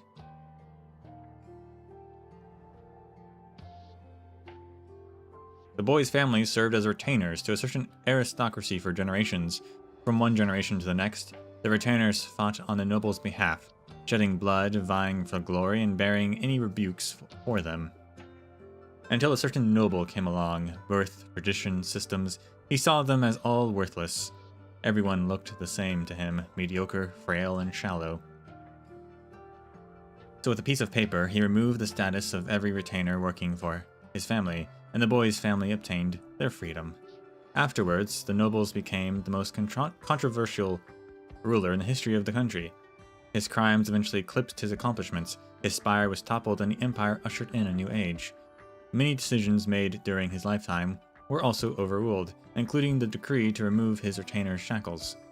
One day, the young boy was told that the disposed king's descendants was granted leniency by the new Kaiser, and had regained his family's territory. He was told he needed to rush back to the spire to meet his new master. Fate seemed to only return a corner before coming right back again. But in the end, the boy never managed to enter the spire. The newly arrived noble refused to sign the documents that could get him his servant back. This new noble, as they said, was also a boy around his age.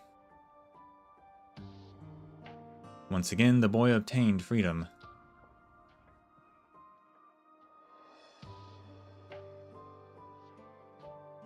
The boy's name was Lessing Meyer. And that newly arrived noble was you, Ebenholtz, the 12-year-old Graf Erdica. You'll never remember it, so don't bother trying. Back then, I was so full of anxiety, afraid that someone was playing a prank on me, so I asked the servant to find out what was going on. She said the young Graf's migraine seemed to be upsetting him again. He chased all the attendants out of his room, with many documents scattered across the floor.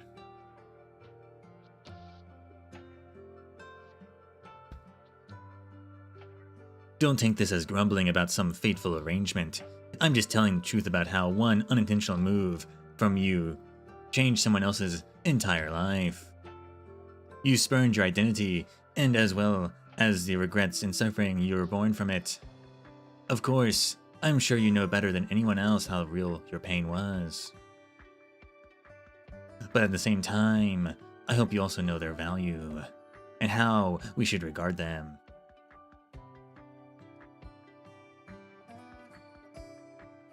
Danke for telling me this, even if you're positively awful at it. Have I ever mentioned what I experienced back at the Genesis Horn? 9. I didn't think it worth bringing up before, but I suppose I'll tell you what I didn't get to tell the Witch King before he vanished in front of my eyes.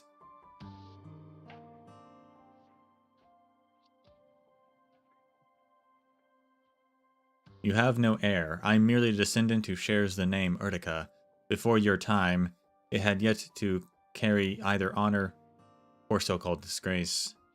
This changed because of you alone, so I will change it once more, but never by the same means you used. This is my way of mocking you. This is my shame, my cage. This is my duty, my obligation. This is my path.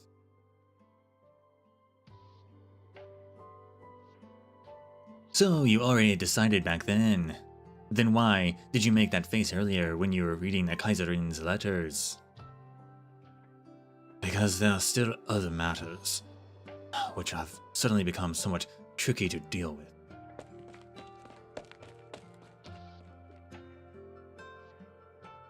Didn't expect her to show up. Okay.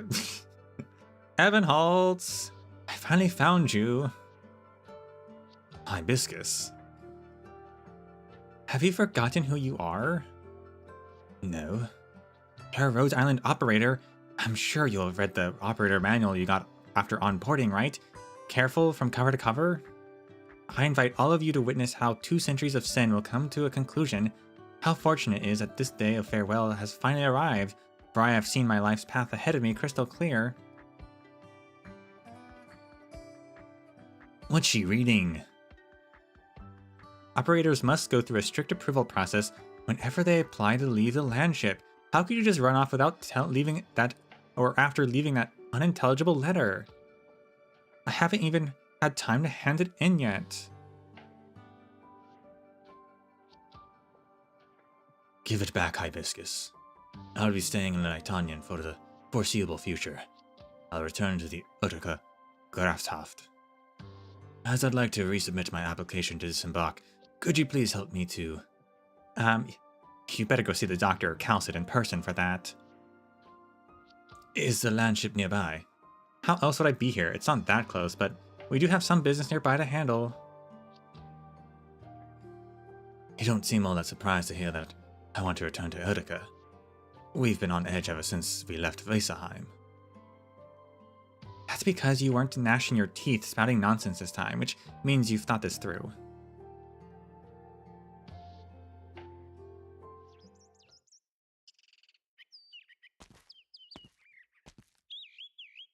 What's Rhodes Island doing in Leitanian?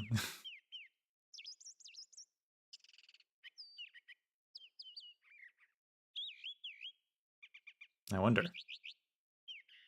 Zwillingstürme, Boxhof, Box Street.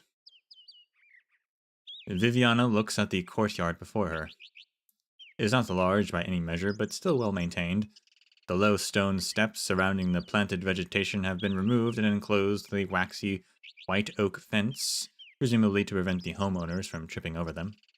A small house sits quietly in the center, embraced by the grass. Freshly painted white walls reflect the morning sun, casting the climbing vines in a radiant glow. Come in, Viviana. You made it.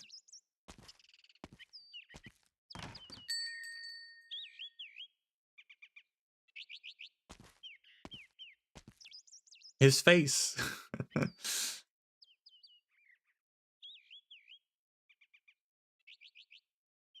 When Bakht was presiding over the Glorious Reich capital project, he specially patterned the street after the one he lived in as a child. Doesn't it bear a striking resemblance to Marigold Alley? 2 years ago, a Markgraf returned to their territory to recuperate from illness, so Cora bought this place, but never moved in. It was only after you came to the city that she asked me to come help clean the place up. So, how does it look? It's lovely. Only these vines don't have to be trimmed so much. Let them grow as they please, or they'll look somewhat stiff. All right. There's no need to hold back your thoughts, Viviana. Rainer, this is the first time I'm seeing your face. It's been so many years. This is the first time I've taken off the Gestaltwache mask and shown my true face to anyone else, not since I came to Zwillingstürme. It's my identity, my duty, and my everything. I guess a Gestaltwache shouldn't be reminiscing about the mastermind who spoiled Das Kaiserinnenfest and tampered with the Gulden Gestalts. Herr Rainer, what about what happened that day? There's no need to blame yourself, Viviana. Whenever Cora set her heart on something, she would never look back. You could only be dragged along with her.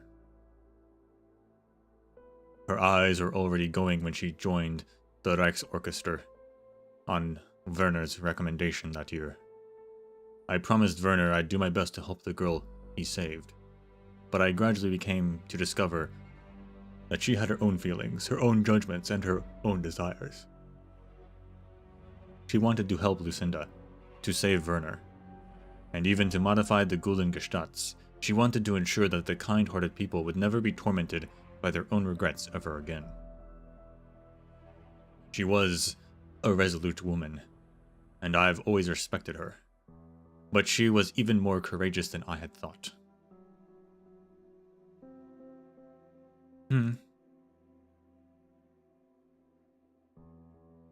And so, her fate is sealed. But if it were me, I can't imagine how it would feel. Thank you, Viviana. Have you made your decision? I went to see Eviganada before coming here, and formally declined her offer to become the Empress's voice. As per protocol, new recruits have to enter the spire after the celebration and accept the Majesty's appointment before they can officially assume their positions. But Her Majesty Grimmark has just lost her voice, and this year's appointment ceremony has been cancelled, so it's an appropriate time to submit my refusal. If this is what you've decided on, then I have nothing to say. It's just that Werner, Viviana, this was the best and last thing he could arrange for you. Don't blame your father. He just lacked the freedom to do otherwise. My father let me and my mother down, but he protected so many others. Cora in the Witch King's Spire, House Hochberg, which could have been implicated at any moment, and the countless people of Sturmland forced into a difficult position by a copy of the Gulden Gestalts. From the beginning to the end, he was caught up in a vortex of his time. He witnessed and experienced loss, was powerless to change anything, and could only do his utmost to fend off the storm.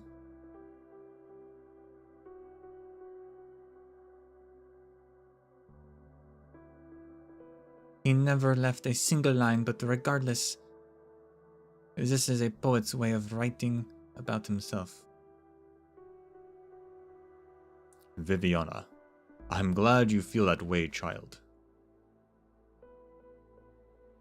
Whether sending me to Kazimierz or arranging to my appointment as Empress's voice, it was never because he thought the paths he chose for me were good. He simply saw me as a child in need of constant protection, a job at which he failed to excel. So I don't blame him. Then I presume you won't be returning to Sturmland either. In Kazimierz, I felt like a stranger. The bright neon lights, the noisy arenas, and the priced battles, as well as the glory and honor, they were never a part of me. But when I returned to Sturmland, to Zwillingstürme, that feeling never went away. To me, Letanian is just the candles and the books I had back in those dark nights, the marigolds to bloom everywhere. They also symbolize parting. I've always been able to make my own choices. Choices. People can only truly face their own weaknesses when they have other options. Herr Weiner. It's nothing. After Das Kaiserin infests, you said you needed to inform your friends in Kazimierz about your experience in Kargerreich. I've already sent a letter. I should be receiving a reply soon. And after that? To the lighthouses, to where once they were. What? Just a line from a book I read when I was young. Allow me to bid you farewell. Lebe wohl, Herr Rainer. Lebe wohl. Lebe wohl, eh? Or Liba? Liba, not Liba. Liba.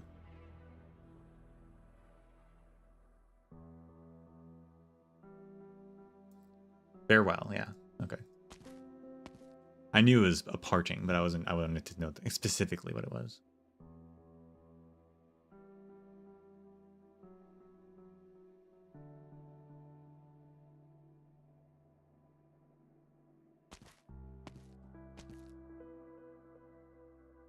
Goodbye, Cora. Goodbye, Zwillingstürme.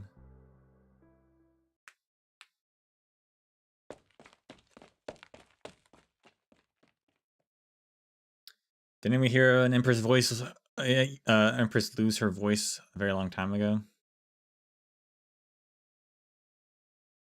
Yes. I believe they might have mentioned it at the beginning of this, but they definitely mentioned it maybe in Lingering Echoes or some place else.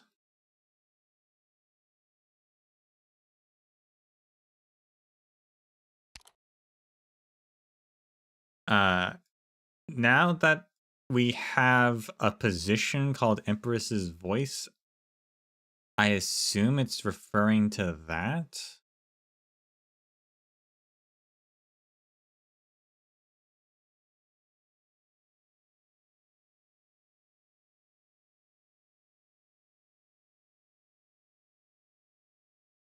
What did they say specifically here, though? Where was it?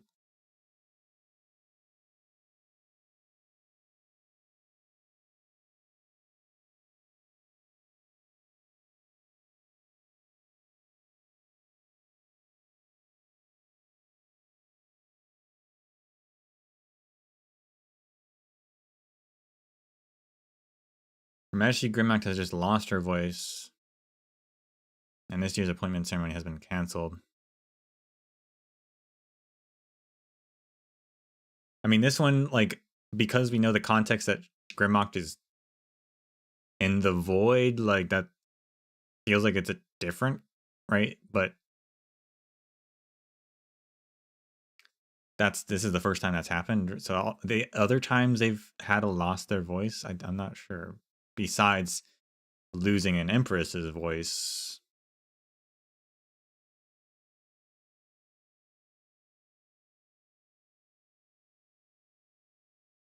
But also Grimmack didn't have an Empress's voice because she never appointed Michael as one. Yeah, I'm not 100% sure. Ugh, Frau Josta, you, Frau Josta, the Knurl you've been waiting for 2 weeks is finally here, just up ahead at the crossing. Smile. Wait, that Knurl? Oh.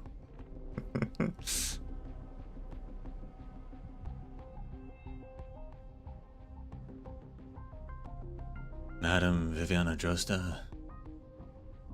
Mr. Munar. The Knurl family has received your correspondence. I just happened to be near Latanian, so I came here as soon as I could.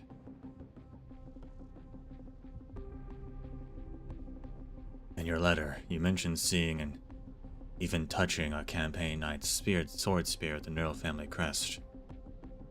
Tell me everything.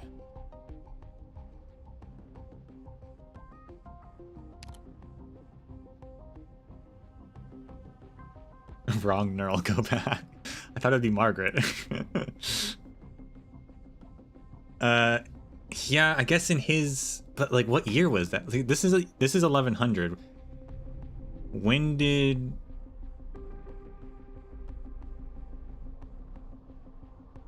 But the Kajimir's tournament near Light Trilogy happened a few years ago, because that was before, that was like after Chernobog but before Victoria, I'm pretty sure. And that's when Muinar left Kajimir's. Then there was the vignette storyline with Muinar. That was during his wandering, but that was still probably would have been years ago, but that was related to Lytanian. There was some Lytanian stuff there. But I guess he could have just walked here anyway. I mean, Rose Island is nearby, so maybe that's why he's here. I don't know. But I'm pretty sure there's a few year gap.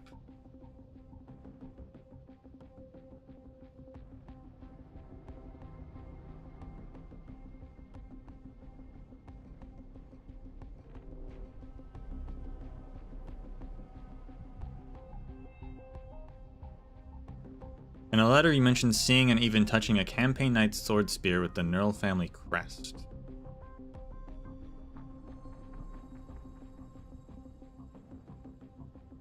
So he's still searching for Margaret and Maria's parents. That hasn't changed. Did we see?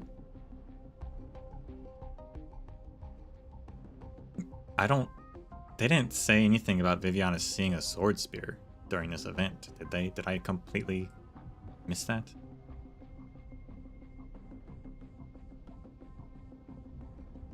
I know during the fight she had a sword staff, but that was like something she materialized. Right? From the void? She materialized that out of the void, right?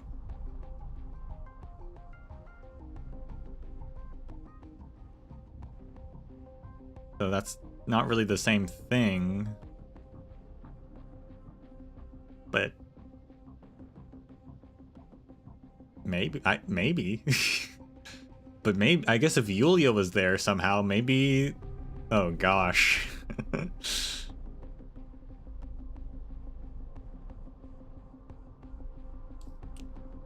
Are the Knurls in the void? I don't know.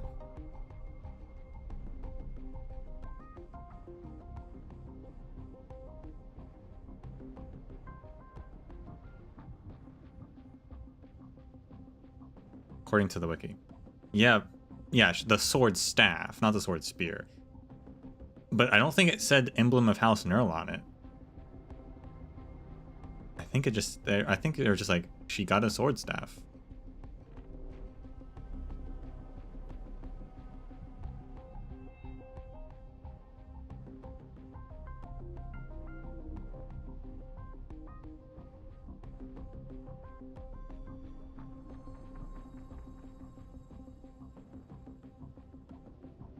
This event's probably a year after Near Light.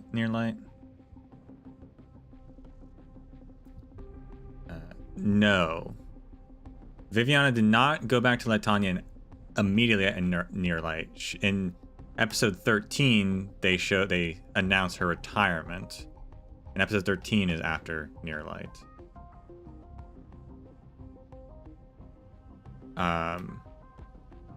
So this is sometime after episode 13, but also has to be after like the whole Victorian arc as well. So she retired but waited some time because Rhodes Island is here.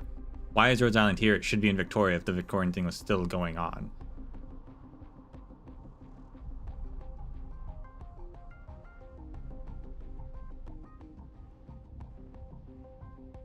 Near Light and everything happens before episode 10, I believe 10, because happens in between Chernobog and episode 10, because that's why Nightingale and Shining are in Victoria by themselves, because Neural's already left and stayed in Kazimierz.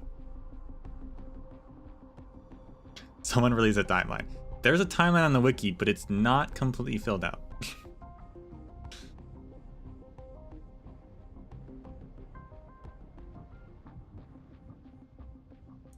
But I do know this event did say it's in 1100, and the Victorian stuff is in the late 1090s.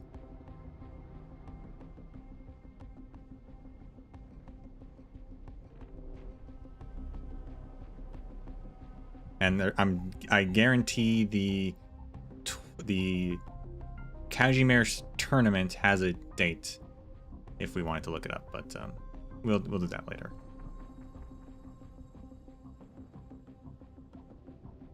Anyway.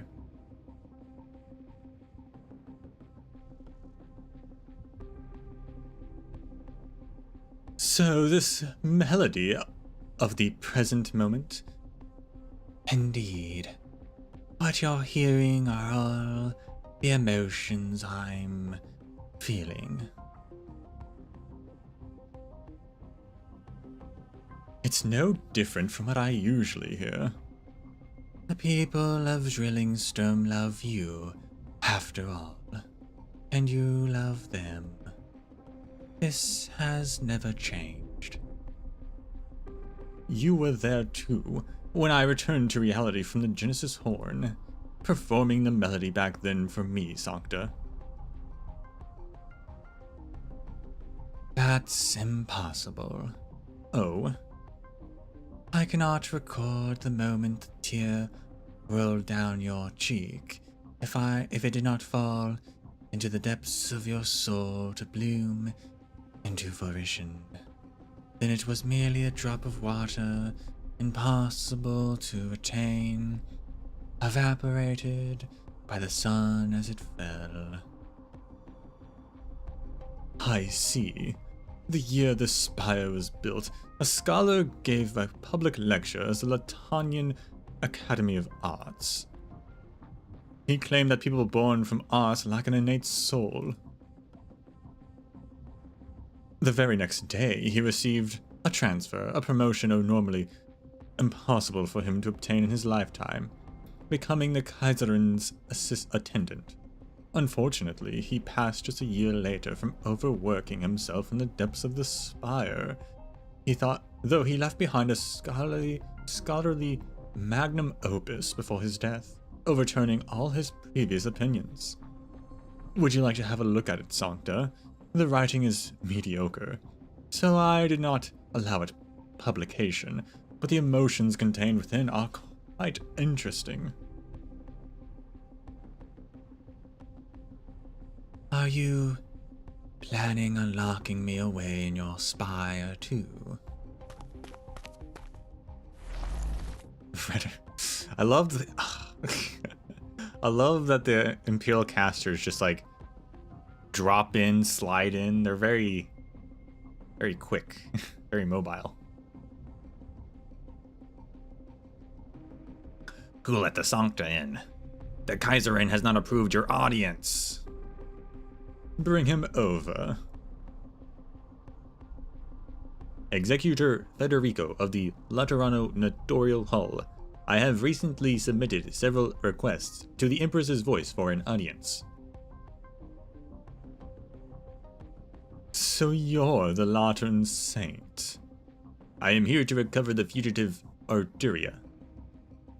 Your sister has done many things in Lithanian. The former Reichsorchester, Tuner, Cora, Lowenstein, and the remnants of the Witch King. Cora? No, I'm not talking about that. The Ludwig's Universität case concluded long ago. Das Kaiserinnenfest did go through some incidents, but the final performance was satisfactory. I'm sure you've seen the whole thing, Herr Saint. I hope Latanian's might and magnificence will leave a deep impression on you even after you leave. I am to take your statement as such.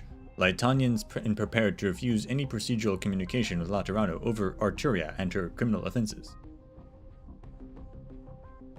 Are you questioning my decision?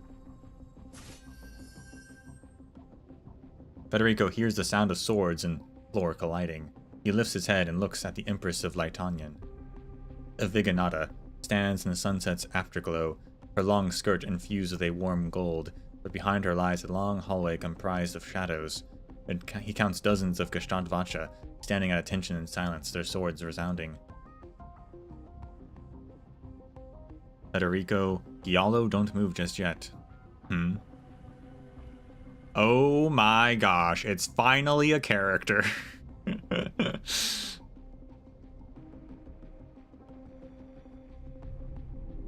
And what is this? An arts device.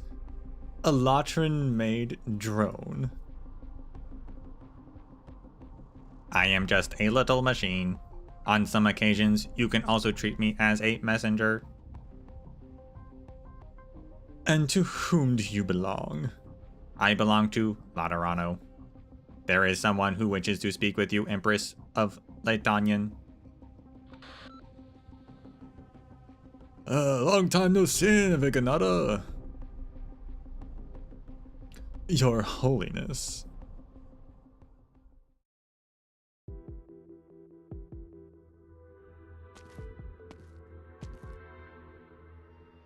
Your Majesty, Arturo Giallo has been taken away. Yes, I saw. If you wish to keep her here, then we shall not let them leave so easily, even if Evangelista the 11th himself were to show up in person.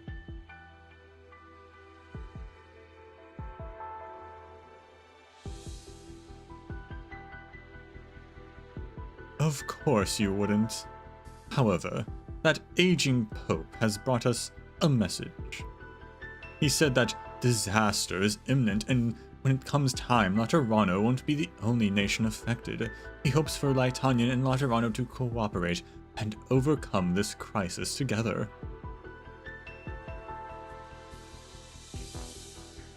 His usual rhetoric, then. Herkomshorn said something similar. Within the chaos, right before the illusory throne he had created for himself, he said, hope is already lost and eternity is no more. And then, after that, I saw with my own eyes the imminent enemy hibernating within the chaos. At one point, they came infinitesimally close to our Lithanian, or Litanian. Give us the order, and we will bring the Sancta back to you. No, not just her. We will do anything, no matter the cost. Whatever it takes to find a way to re-enter that chaotic space and bring Grimmacht back. Hildegard. In the final moment before the Genesis Horn completely disintegrated, I raised my shield, protecting the twin spires and everyone beneath. But not her. What? Brand, watch this sunset with me. I asked her if she wanted to know why. If she wanted to ask why I let everything be, even though I knew it would turn out as it did. Or to ask me why I turned my back on her at this very last moment. But she didn't.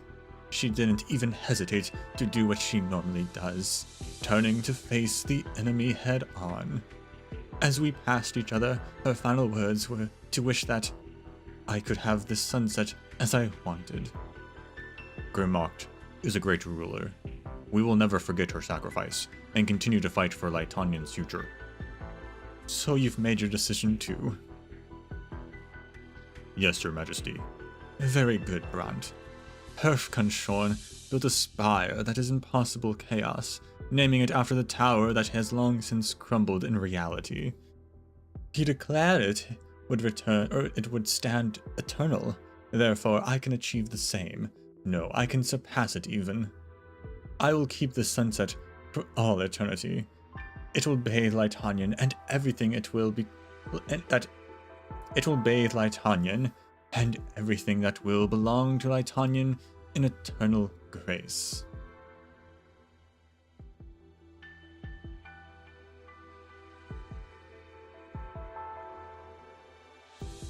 That's the last of it. It's not like you'll be able to stuff the spire in your pocket if you keep staring at it, you know. But is that truly impossible? Professor. Alright, don't glare at me like that. I'll return the statue I got from the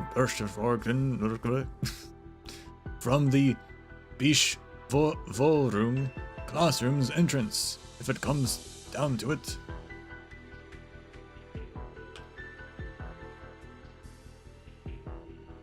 Invocation classroom. Or conjuration. One of those two.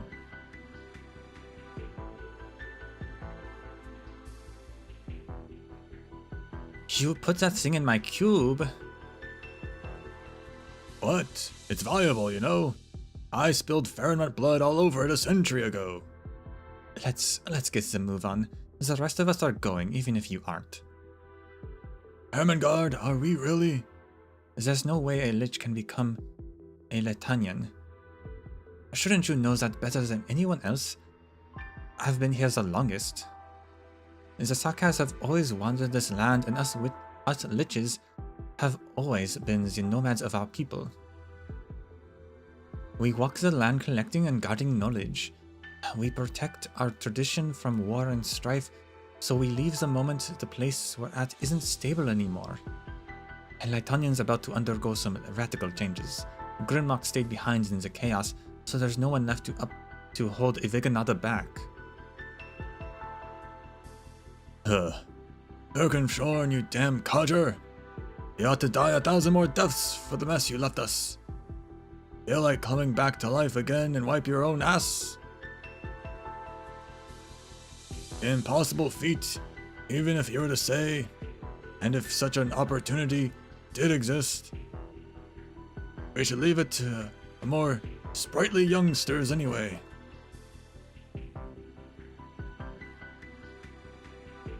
Did you mean there's a chance for Grimmacht to... Have you come up with a way to enter Kaigarreich? Easy now, it won't happen so soon. But Herr Kampfschorn was right. The time of annihilation is nigh. Where will us liches find our place when the entire land is beset by calamity? And that's why we should bother ourselves with all that trouble. Our nomad days shall come to an end. Alright, then where to next? Where else? Tell your new friends at Kasdal that the Witch King's court. No, not the court. Tells them that the keepers of the Temple of Knowledge are preparing to return home.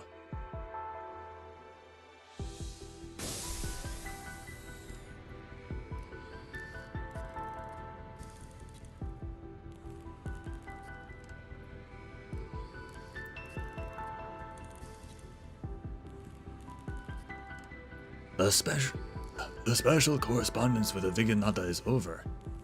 I shared Laterano's caution and once again offered my hopes of advancing together with Lytonian. When the time comes, we will further analyze the incident in Zwillingstürme according to the information brought back by Federico Giallo.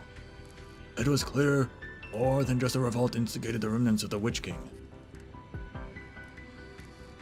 Perhaps what happened there was a harbinger of a disaster, much like the warning Laterano received. Veganaga, the only Empress of Latanian with a voice now, the way she spoke was appropriate enough, and her attitude sufficiently ambiguous. I would even imagine her expressions all within my expectations. The Lateran Declaration didn't really receive any practical response after the Summit of Nations. From the furthest coastlines to the Centrum, the disaster remains a secret in many countries. Faith unites Laterano, while division has always been an everlasting blight upon this great land.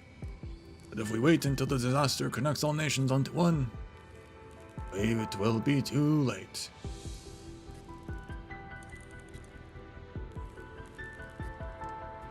We already have a vague outline of what we're facing, but we are still unable to deduce its source.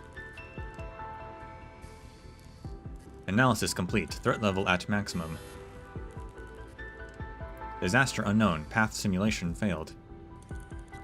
Laterano synchronized outbreak.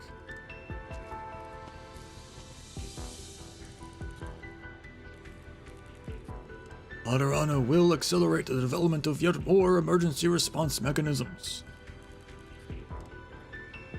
I need to reconfirm the list of suitable personnel.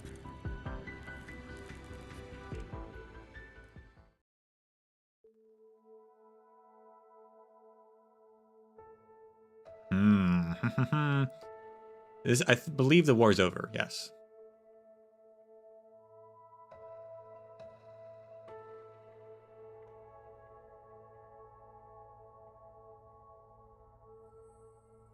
That settles the formalities of the handover. In accordance with the bilateral agreement between Laterano and Laetanian, the Empress's voice and I will ensure that Arteria Gallo returns to Laetanian when necessary. The aforementioned agreement has been confirmed. Phew, that's it. I guess this is goodbye for real. Michael, feel free to come find me anytime, whether I'm in Laterano or on Rose Island. Huh? This is new Air Executor. What's with the human touch in your words today? Human touch. A uselessly vague descriptor. I just have an intuition. This incident has not yet been fully resolved. To be more precise, what we experienced was just the beginning.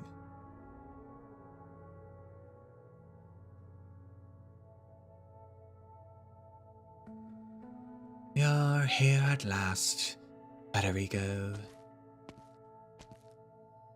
The Empress let you go, but that does not mean I can immediately take you away.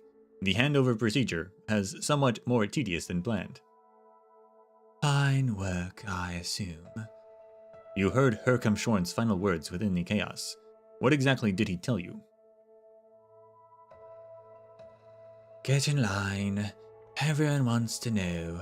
Nobles, scholars, Witch King's remains, the Viganada. They're all guessing what exactly Herkamshorn's legacy will be. Power, knowledge, might. I read that in a strange order. What do you think, Federico? All I saw was an enormous mass of shadows that doesn't exist in reality. Herkamshorn's death 23 years ago is the only fact of the matter. No matter how many images he fabricated for himself, or how many words he spoke, they were all simply echoes of the past. He may have conquered death, but not managed to carve all his emotions into the void itself.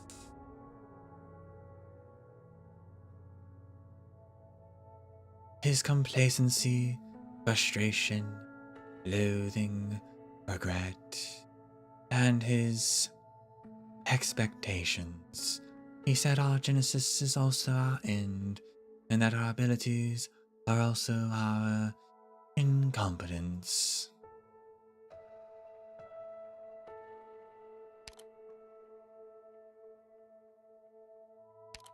The invasion of chaos is inevitable. The master of all existence will awaken. A difficult threat to decipher. Perhaps this is somehow related to His Holiness's attitude.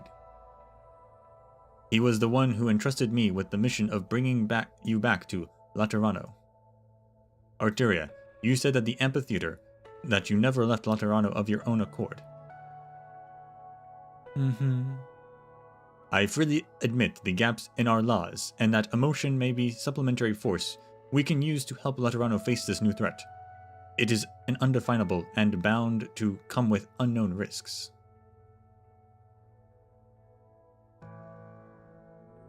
Therefore, I will increase my vigilance over you in order to determine the subjective motivations and possible objective sequences of your actions. I.e., I will shoot to kill if I find anything suspicious.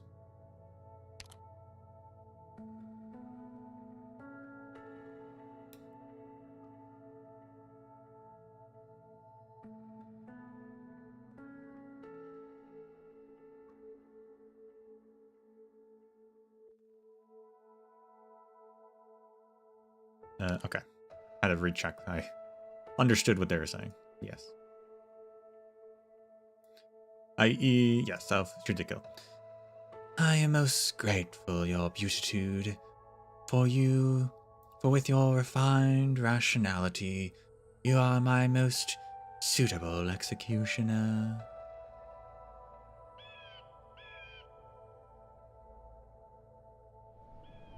Alright, Federico, if you're not in a hurry to set off on your whole next journey, then take a good look at this sunset.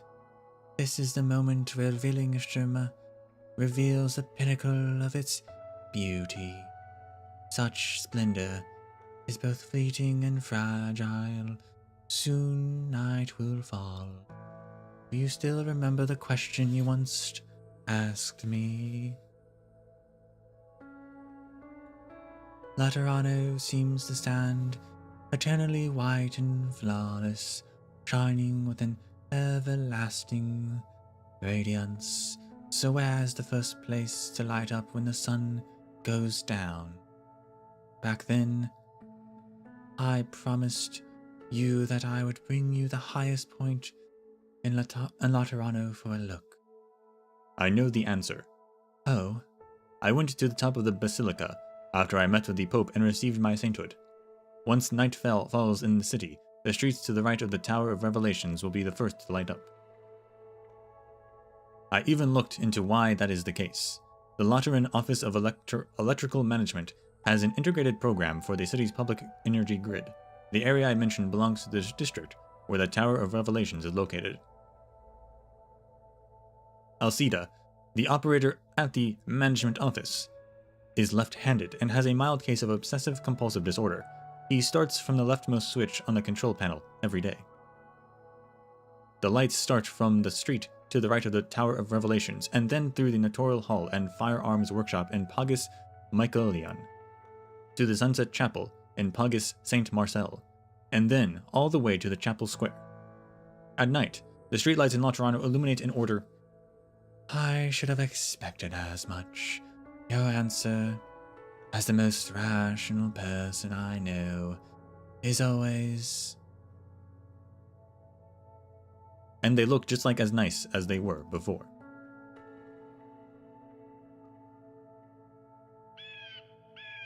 I was going to tell you that I actually wasn't as frightened as you might have thought back in that tiny room. Even darkness and silence cannot obstruct the feelings between two people. Of course, your findings aren't bad at all either. They remind me that my question does indeed have a definite answer somewhere out there. The lights will turn on again. Even the halos on our heads have never gone out. Light is a constant, while darkness is temporary. As for our emotions, grief and joy may happen in certain moments of our lives, but we can always find them all the time. They have never left us, like how the sunset has never truly left this sky.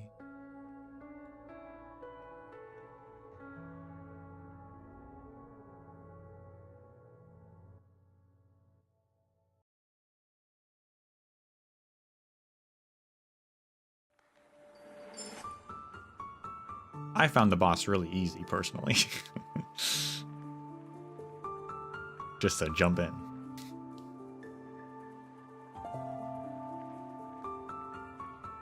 So, the big threat Laterano, the law detected, is just the demons and something else, the master, the creator.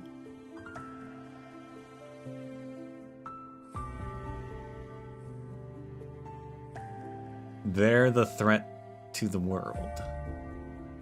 It's coming. I mean, they've taken their time. Like, they've had access through the North Pole this whole time, but they haven't really done much. But I guess something bigger is coming.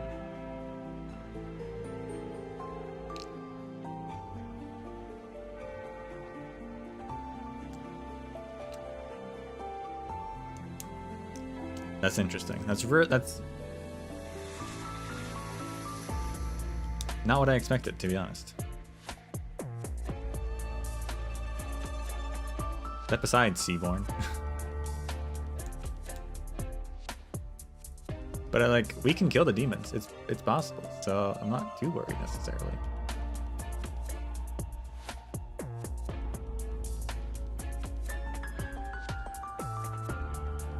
I'm glad that Laterano and Lytanian are have this, I guess, defensive pact almost. They're gonna prepare together. That's good. It seems like he said the Summit of Nations didn't really work out as that, which is a shame.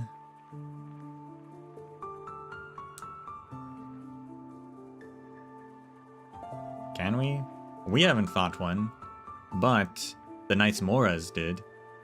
They're Sargonese or whatever, Sargonians. I'm not sure which is the proper word there, but people of Sargon and the Knights Mora defeated the demons in the South Pole.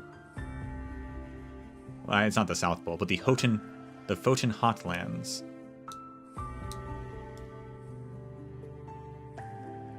So it's possible.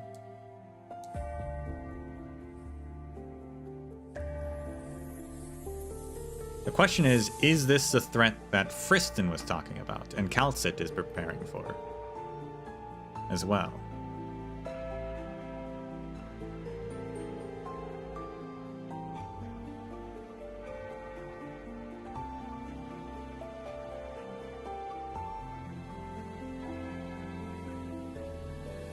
I would assume so at this point.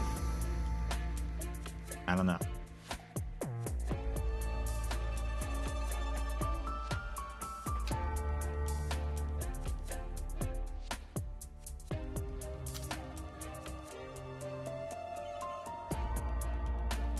Twin moons? What about them?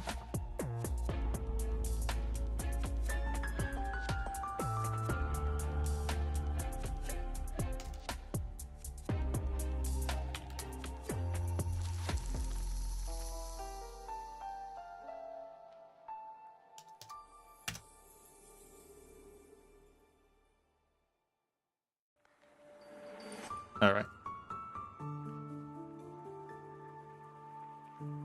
Looking up the timeline. Looking up some of our dates here, just so that we know what's going on. So this is 1100.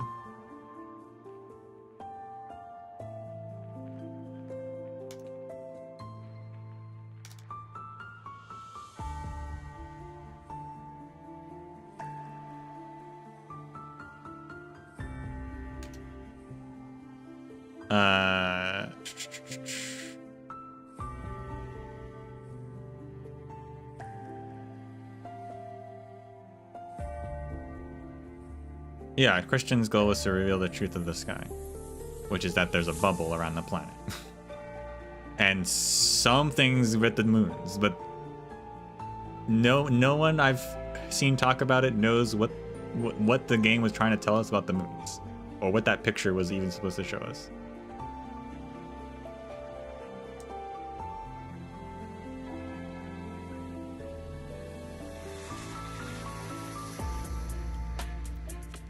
All right. 24th Kazimierz Major was the one from near light.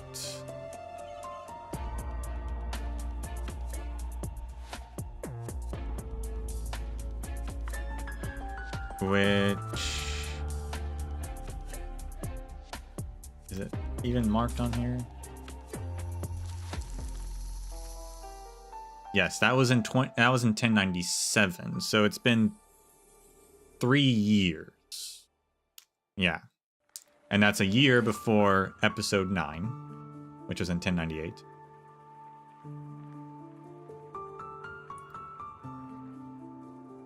And then from 1098 up until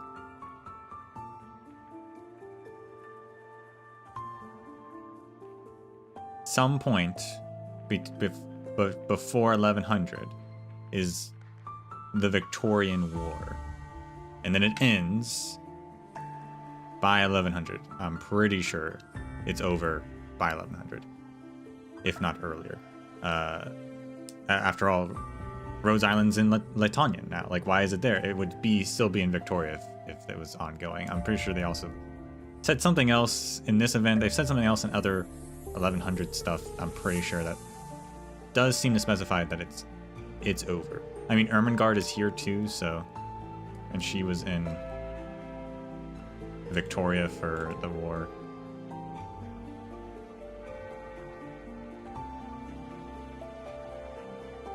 The timeline mentions episode 9, episode 10, but it doesn't mention the other episodes, but presumably they're in the same, well, it's presumably the same year, really. 1098. So, because it's not been that much time through episode 9 through 13. So, presumably it's all happening in 1098.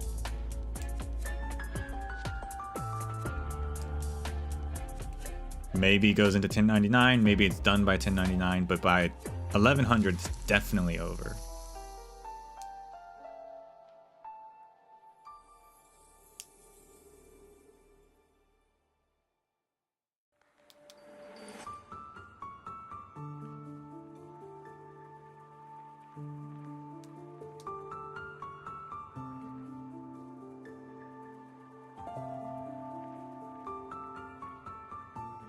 And 1100 is the furthest we've gotten, pretty much, with the Sui events being the furthest in the future,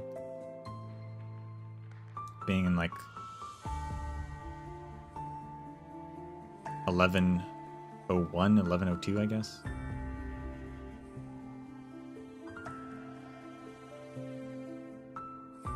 Now the real question is, since this tied in with the demons, did not expect that happening.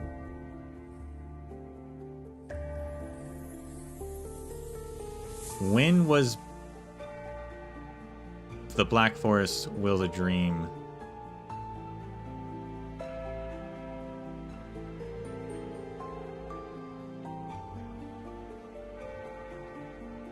Did that give us a date?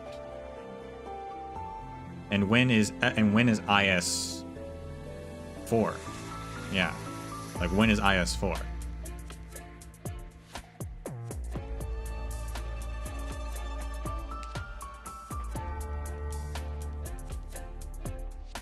That stuff's very important now.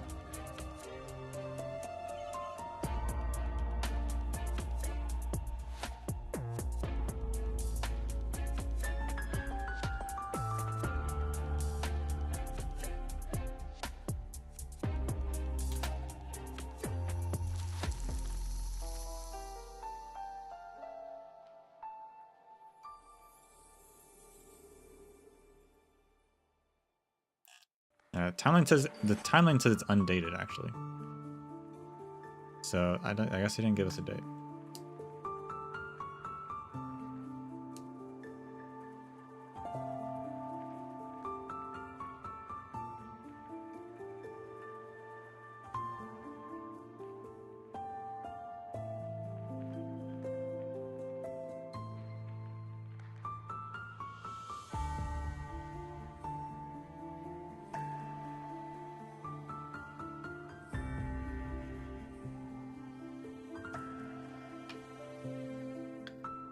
All right.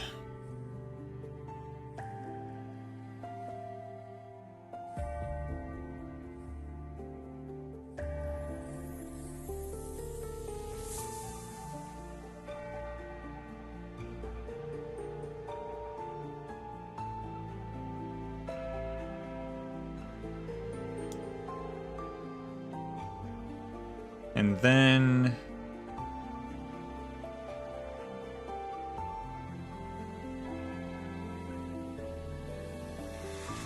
I guess there's not even a point worrying about it at this point.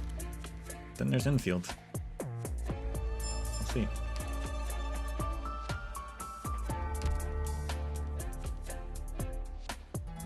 So this remnant record, how do I unlock this last remnant record? What am I missing? What did I do wrong? I wanna be able to read this stuff.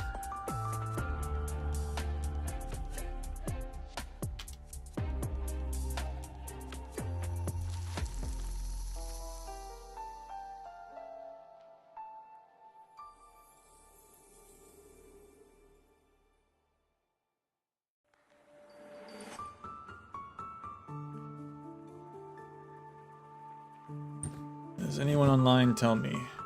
What am I missing?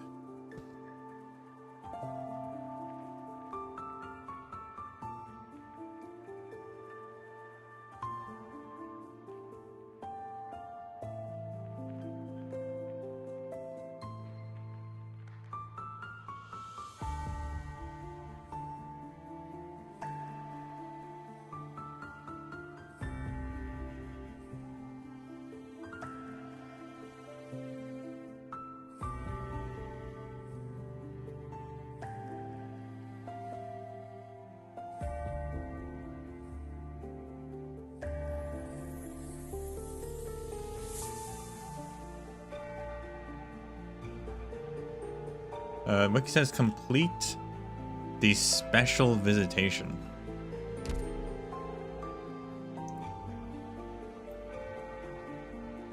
Which is after the Gestatsvacha, but like it says all completed.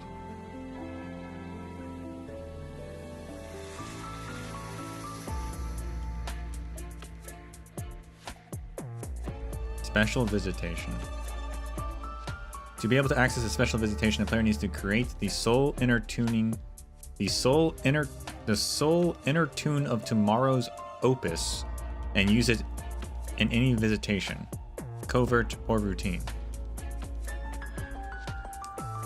Once the visitation where the tune is used finishes, this visitation will trigger. All right.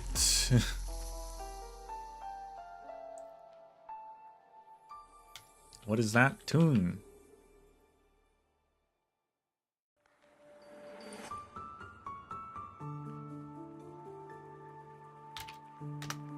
Where's my tune list?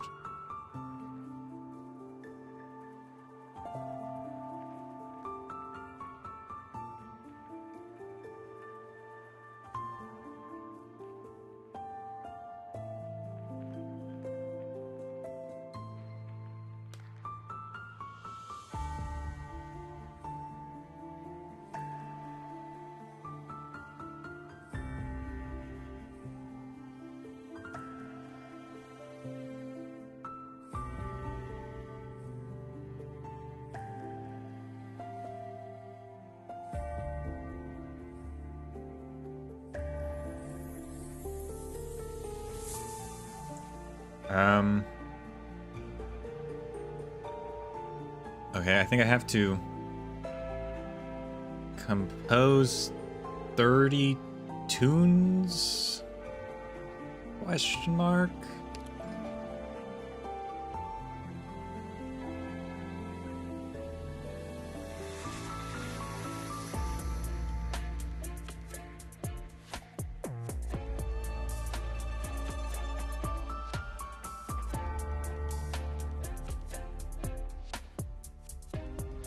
guess.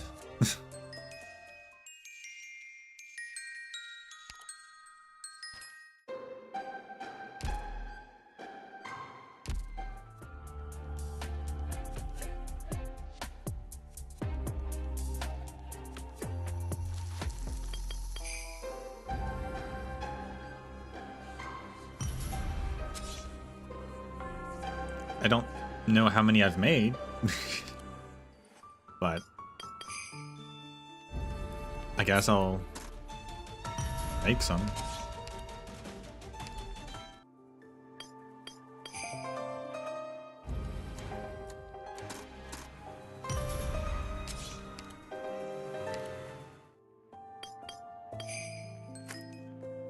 Oops.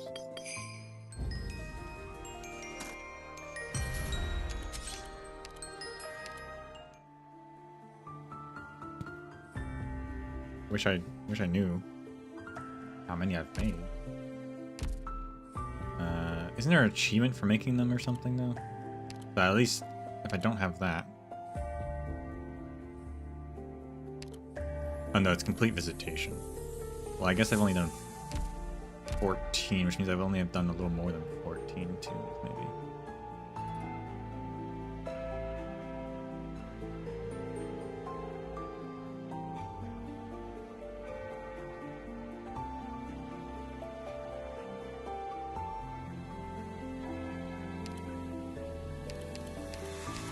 Get through these as well while we're here.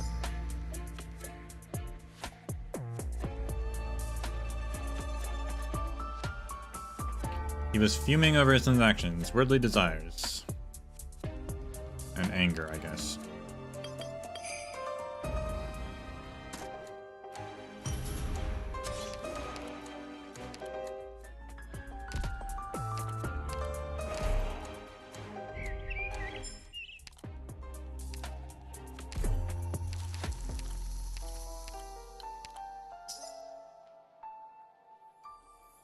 Looking for his lost chisel, cried when he could not find it.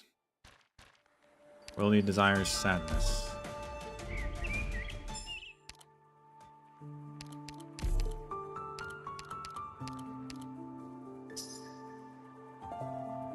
Had a dispute detected, he maliciously regarded this person's refusal to allow his rude demands as a violation of authority.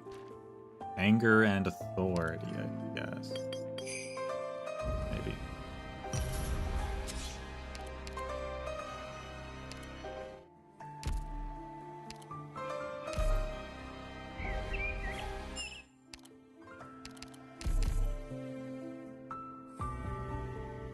Alright. How many is that, though?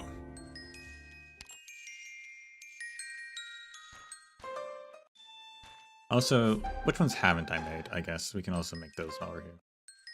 So, we've done... haven't done Joy and Anger yet. I guess we can do that.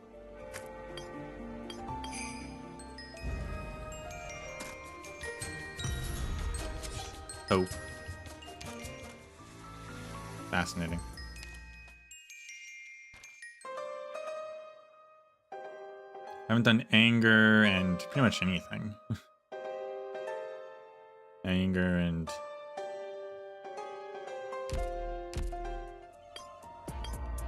Wait, was it anger and sorrow or anger and fear? Which one are we missing? Anger and fear.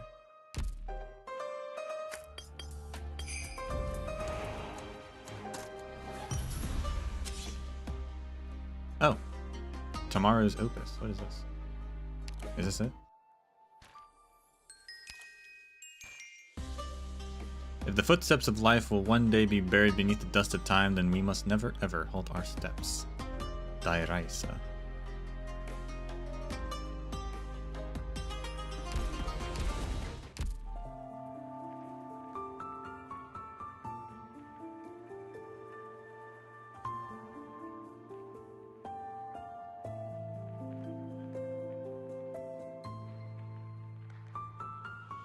As whatever you create will switch to the art set sail, using the generated aspect to any visitation would trigger the sudden event. Give a pop process. I had to wait to use it on someone.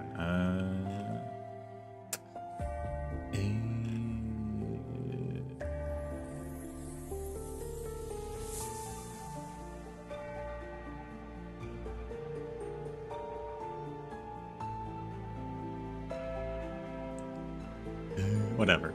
We're gonna read them.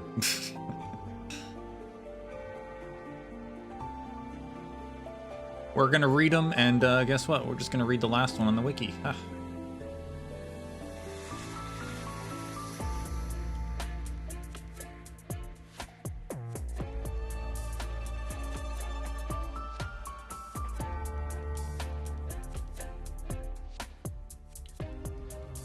Vinduin's Collapse. In my 30th year as the concert master of the Vinduin City Orchestra, I was invited to play atop a spire at dusk. It was my first time looking at all of Vinduin. When the last rays of sunlight passed over the top of the spire and the twin moons were unveiled, Der Wiener Irrtum ushered in the night with a clear, distant tune. For Weinshof, on the outskirts of the Doppelhornerstoff in the inner city, the bells rang along the streets, and wherever they resounded, singing followed. I imagined a symphony of the city unfolding before my eyes. The streets were the staves, the scattered buildings, the short notes, the towering spires, the long tones, and all intertwining into the wonderful melody that was Vinduin.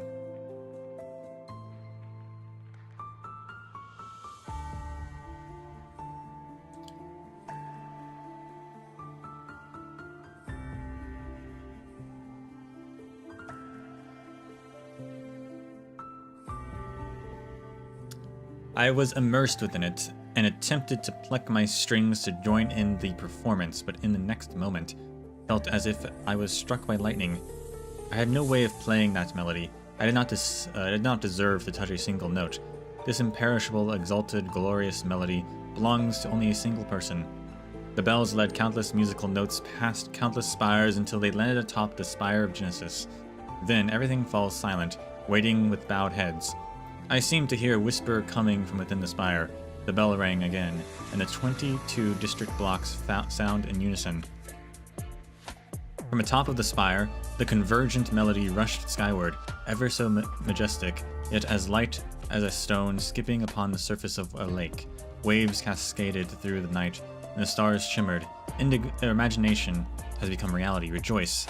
This is truly a miracle unique to Lytonian. The entire land must hear it too. Forgive me, Lytonian. I recognize this miracle far, far too late. In the years that followed, the twin spires rose from the ruins of the previous one, proclaiming that they were the new masters of this ancient country, setting their sights on the city beneath them. Since 1079, I have been revising this ode to Vinduin, which, like the city itself, has lost its original name. Today, on the first day of 1092, as the evening bell tolls, I complete the last line of the 22nd movement. At the same time, I seem to hear a sigh. The tremors of the last note of Vinduin fall to the ground. The Kaiserin's reconstruction of the capital is complete. The king's melodies have been completely erased. The city's staves and ledgers are silent, waiting for the twin spires to play a new chapter. As my pen meets paper, the clear light from the twin moons shines through my window, illuminating wet ink on my score. I've made up my mind to name this revised suite Zwillingstürme Morgendämmerung. I have no way of knowing what fate this new melody will play. Alas. Vinduin, how long I hear you once more in my dreams. Morgendämmerung. Morning hammering.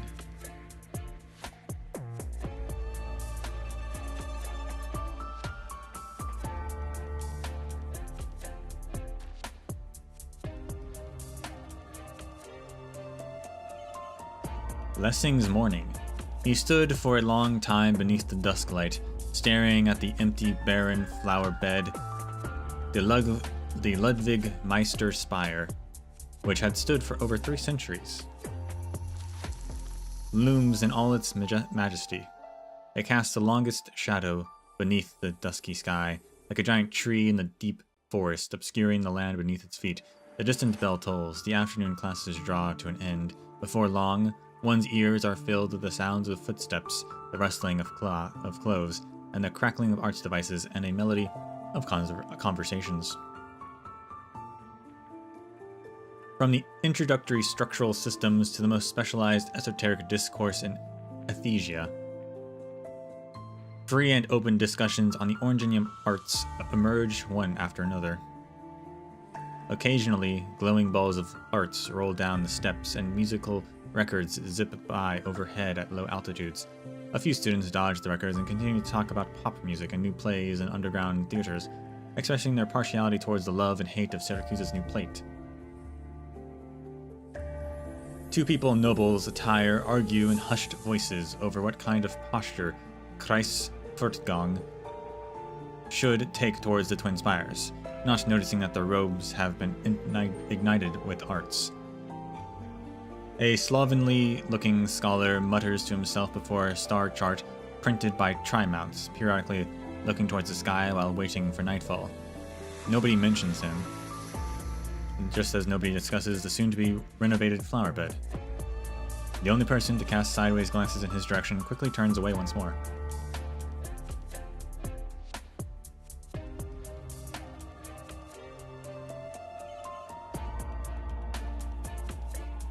He gives the restraints of his body a tug, his tense muscles akin to a stone tablet. This flower bed beneath the Meister Spire was built in the year 766. At the time, the spire's owner was Kurfürst Ludwig, who was also known as the Scholar. That year, the spire welcomed its very first batch of students from common backgrounds. Despite the staunch opposition and ridicule of the nobles, the spire nevertheless opened its doors to them. Before ascending the spire, a scholar by the name of Hoffman secretly scattered a bag of seeds from his hometown in the flower bed, and before long it was teeming with nameless white flowers. Over the years, it became a tradition for all scholars of common birth to sow the seeds of their hometown in this flower bed. Did you know? Before the War of the Four Emperors, the flowers here blossomed just like the sky above a grand event. I wish I could see it with my own eyes. Today, nobody except the scholars deeply involved in the history of Eingeweide remember this past event. After listening to the exposition, he squats down in front of the flower bed with a word, presses his hand to the soil and starts to grope around. After a while, he pinches out a small, hard object from the soil. A tiny seed. "Let's go, Professor Gerhard. I wouldn't want to get chewed out too much today," he says as he turns around, holding the seed in hand.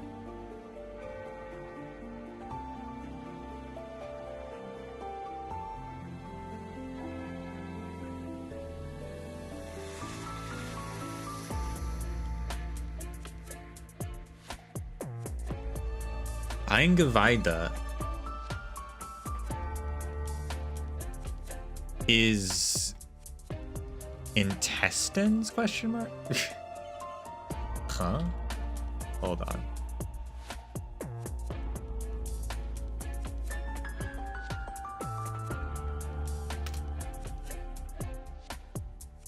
Guts or internal organs?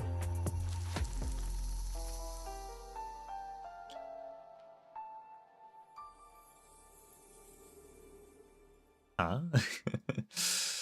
Today, nobody except the scholars deeply involved in the history of internal organs remembers this past event?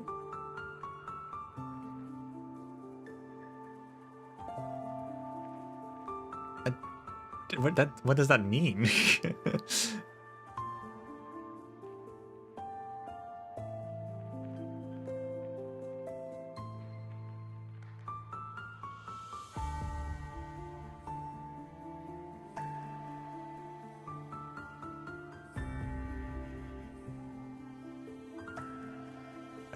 I don't know.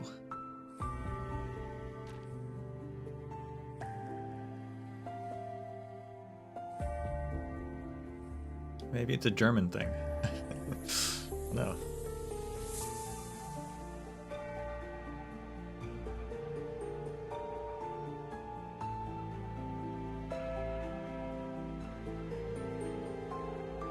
Letter from Ertika Grafshaft.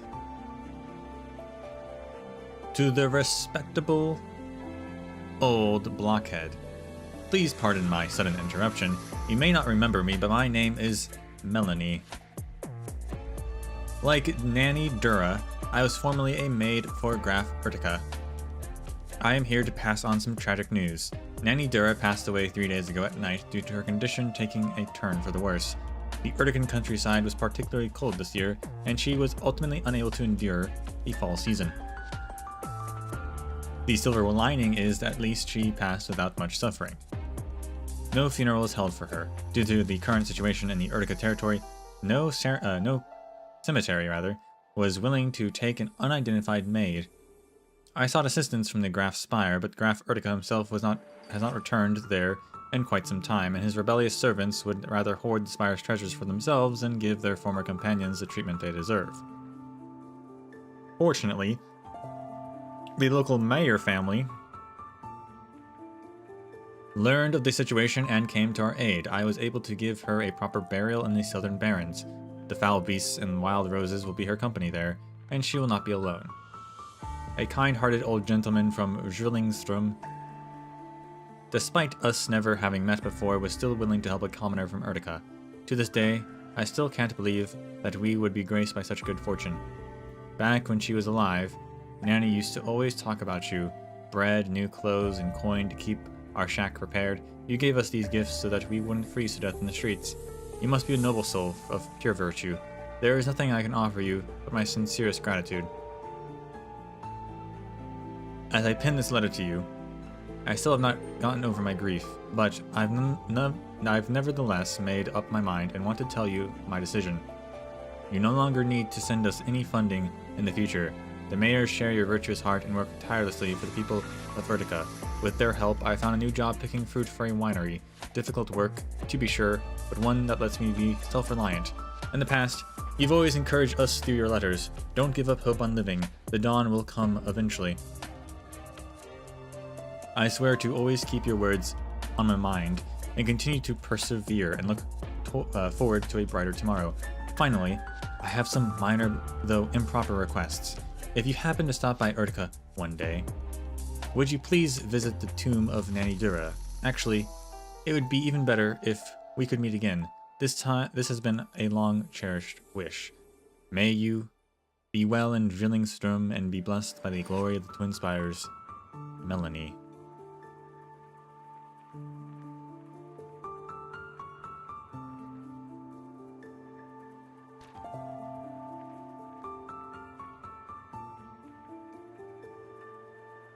The Tardy Envoy.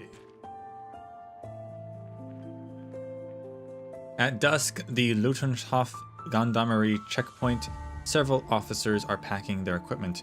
Captain, the case is starting to look promising. Are we just going to call off the investigation? That's precisely the reason why we're calling it off. Think about it. The clues we found these last few days point to a noble with a rather complicated identity, and there's a chance that even related to the Witch King's remains. No wonder the Empress's voice sent a message from Markgraf Steiner, saying that they would handle the case. Oh, say, are their majesties interested in personally supervising this? If we pursue this ourselves, we'll run into a lot of doors we can't open, and the spires we can't climb. It'd be better to close it up and hand the matters over to the Empress's voice. The wooden doors push open and a bright red light pours into the room. The people inside are dazzled for a spell, and the gendarmes immediately fall silent. The light of the sunset fades and a diminutive form stands in the afterglow.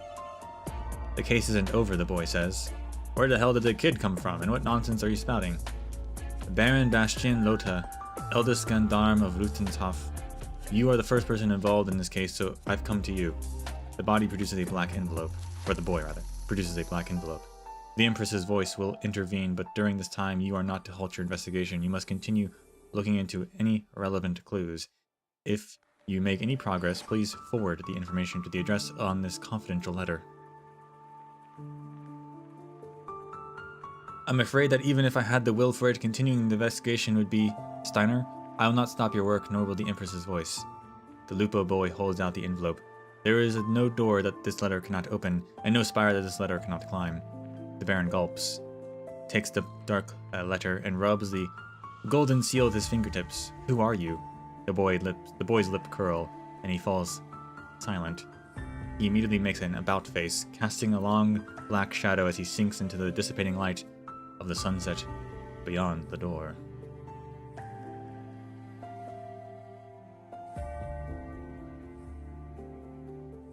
Michael being so dramatic.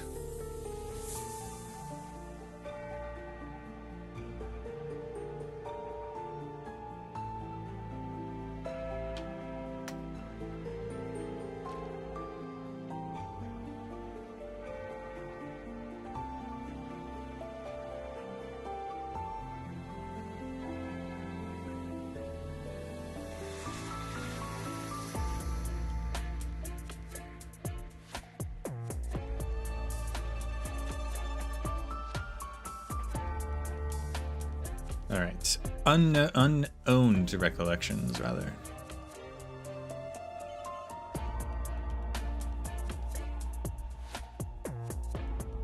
Fallen leaves turn to the treetops. Moss recedes from the walls. Spires sink into the ground and time peels away from around you. This memory seems to have no owner. Arts weave into structures all around you. Pavilions, domes. You recognize this as a theater. This theater is not in Zwillingstürme. It was destroyed before Zwillingstürme was born. It is dark all around the theater, and the lights focus on the stage. Beneath the lights, people in dazzling attire are putting on an opera. A battleship plows onto the stage, interweaving the spire with soil. Wilted flowers are thrown all over the ruined walls, and Mother kneels down clutching her two daughters. The tyrant tramples the promised land. Sorcerer and filth have defiled our home. You've heard these pieces. You've seen the opera. It's been performed countless times, Leopold. The soldiers march out of the battleship and drag the mother away. The mother tearfully says goodbye to her two daughters. The actor playing the mother cries, still in a operatic manner. No, these children cannot go without their mother. Lytonian cannot go without its mother. The theater lights up, and you look around the auditorium. Only one person is seated there. He rubs his signet ring, burn scars covering his hand that holds his cane. You notice that his hand is made of steel and stone.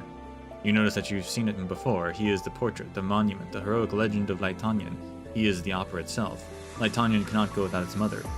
Grossherzog Leopold repeats these lines. Lytonian cannot go without its mother. There is another figure inside the otherwise empty theater, an emaciated old man who appeared behind the opera-goer.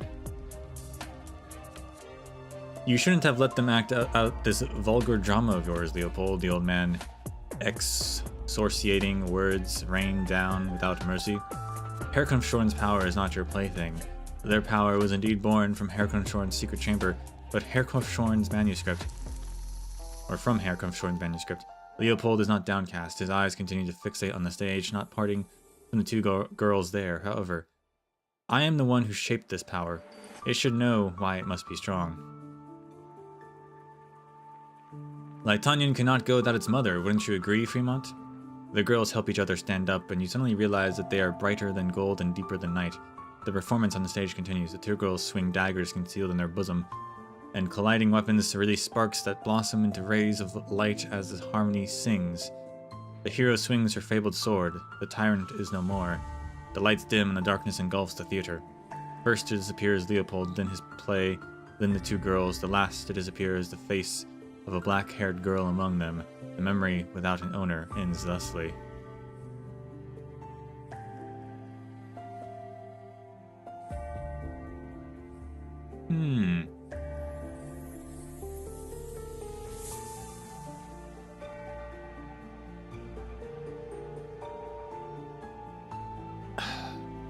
So, like,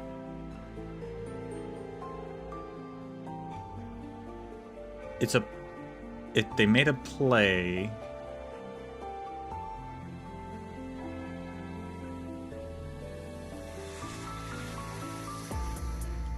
about, like, the origins of the twins, I guess?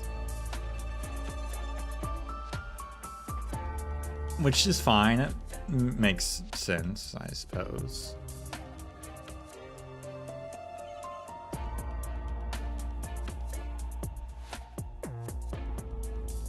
But the last part is the light fade. The first to disappear is Leopold, then the two girls, which would be the twins. But then there's another girl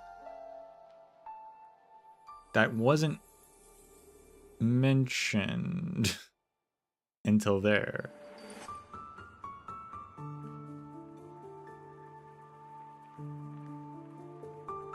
With black hair.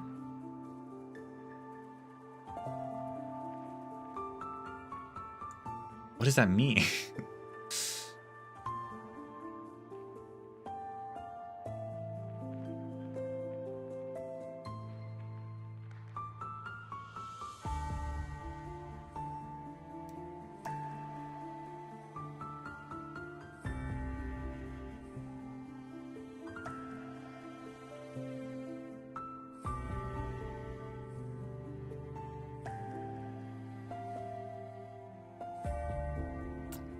I don't know. Interesting.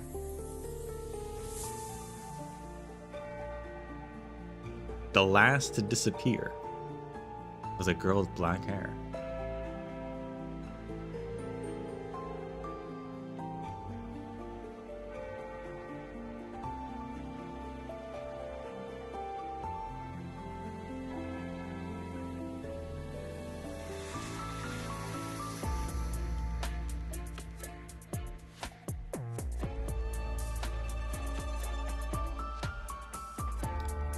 Alright, well, secret note in the wind. To Gremacht. I have been sickly and weak ever since I was a child. Sturmland under my rule is remote and prone to disasters, and in recent years, illness and old age have prevented me from making my pilgrimage for quite some time. Never did I expect to receive their majesty's love. I am ever grateful that you are greatly concerned about the state of Sturmland, as well as my own health, despite the demands of your national affairs. The court physicians who arrived from the Twin Spires tried their best to delay the progression of this stubborn disease, and I am thus able to temporarily stay healthy. And with this health, I will continue to sit atop the spire of Sturmland and continue building the glory of the Empire. However, how can the life of a measly Kurfürst compare to the glory of the Empire?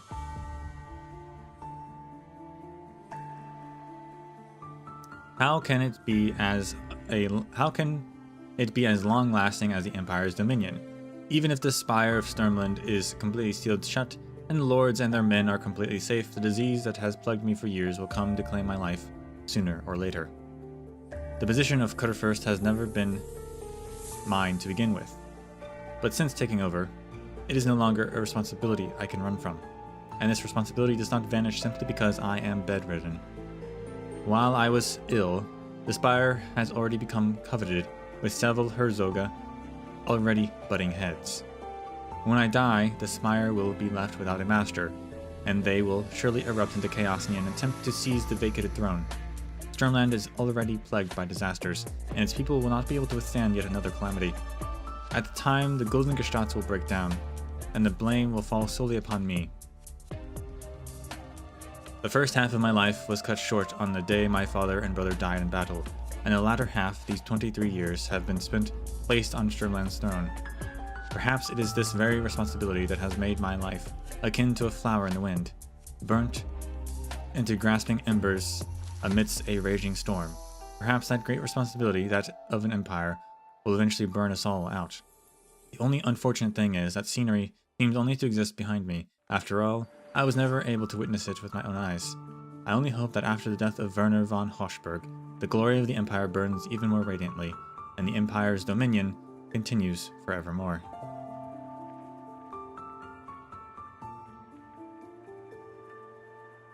So he sent a message to Gremacht. That's interesting. Which is maybe why Gremacht was... Well, I guess, yeah. I mean, I guess Gremacht, Fremont, and Werner were the whole event, right? It was, they were trying to mess with the Golden Gestats too in the whole Witch King thing, so. And the last one.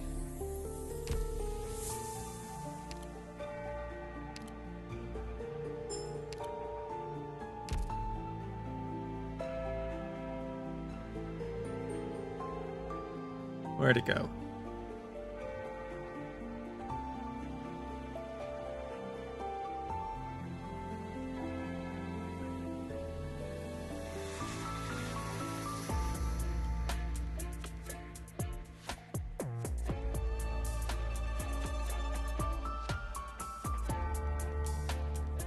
The last one is called Memorial Auditorium Visitors Brochure.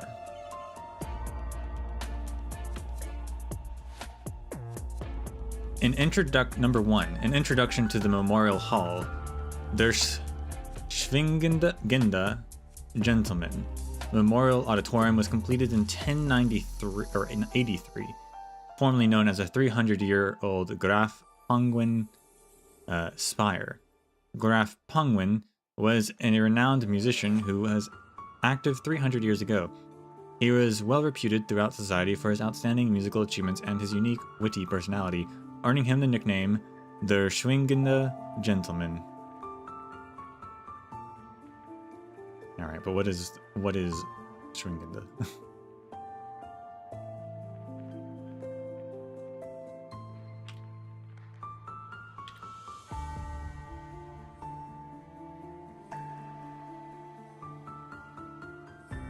Oscillating, vibrating, or swinging. Fascinating. Okay, not what I expected.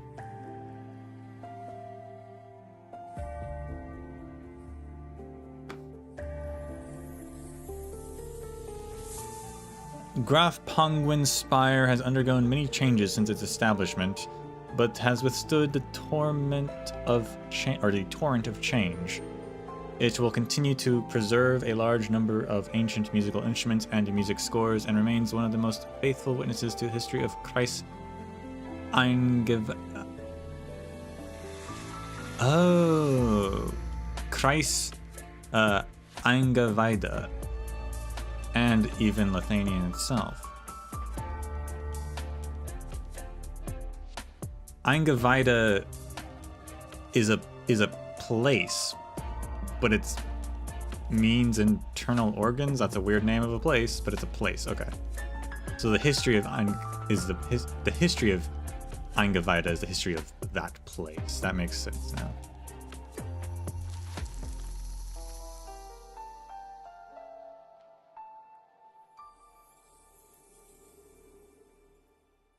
Today, Graf Penguin Spire has been renamed Der Schwingende Gentleman Memorial Auditorium after renovations, and is once again open to the public.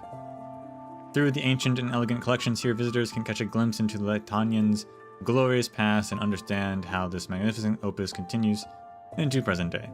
Admission 2 ducats a person in the memory of Graf Penguin. Admission is free for those under 1.5 meters of height, regardless of age. Wow. That's nice of them, I guess. Weird. You're shorter than 1.5 meters. If you get in free, wow.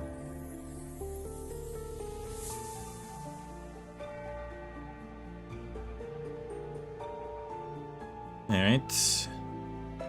Number 23, Pink Felt Mallet.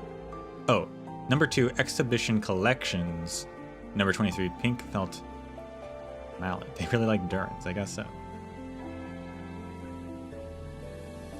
The head of this mallet is made of pink and white felt, producing a soft and smooth tone with its texture.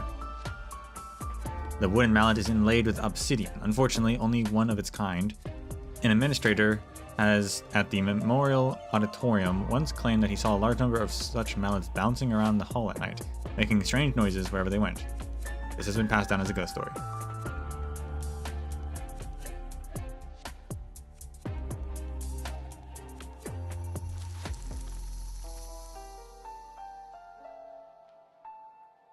Hold on a second.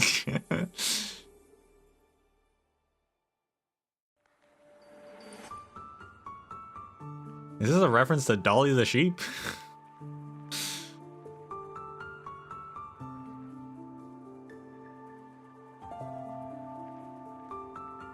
Pink and white felt with obsidian, which is with volcanoes. Someone thought they saw a large number of them bouncing around.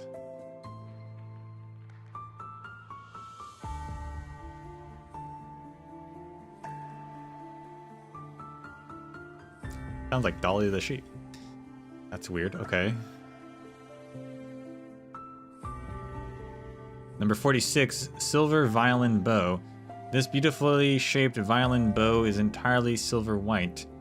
The bow is fashioned from strange materials described by critics as pure unmelting snow, wrapped by countless threads of ice. There are some mysterious phenomena surrounding this collection piece. For example, no matter what is played using it, the listener will always hear a vague whisper. And a feeling of homesickness invariably arises in their heart. Recent research has discovered that the mysterious patterns engraved on the bow bear striking similarities to the patterns of Sami textiles. Okay.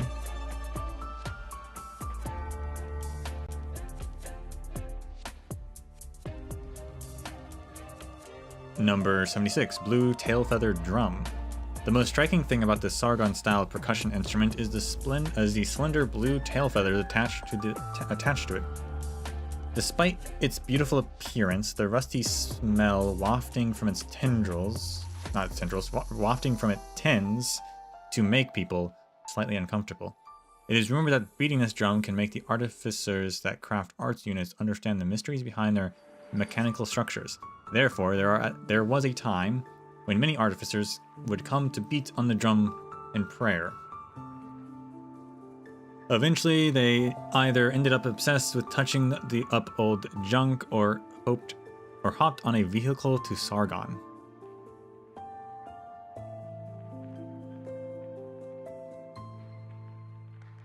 Okay.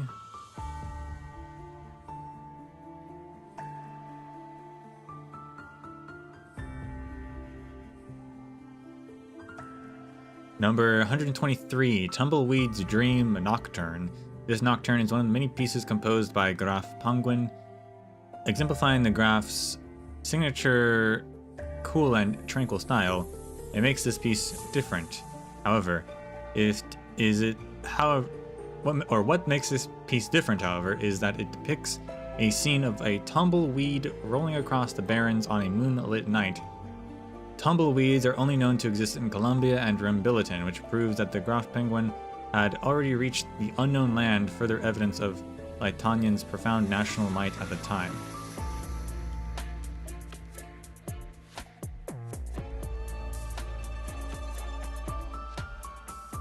Okay.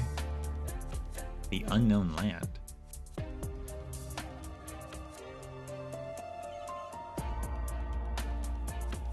Well, I guess he was alive 300 years ago, so maybe Columbia and Rembiliton weren't colonized yet, but he knew about it. Interesting. Okay.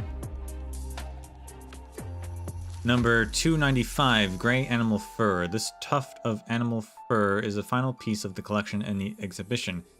Salvaged from the garbage bag of Graf Penguin, it is hard to touch and congealed with dry grass and gravel.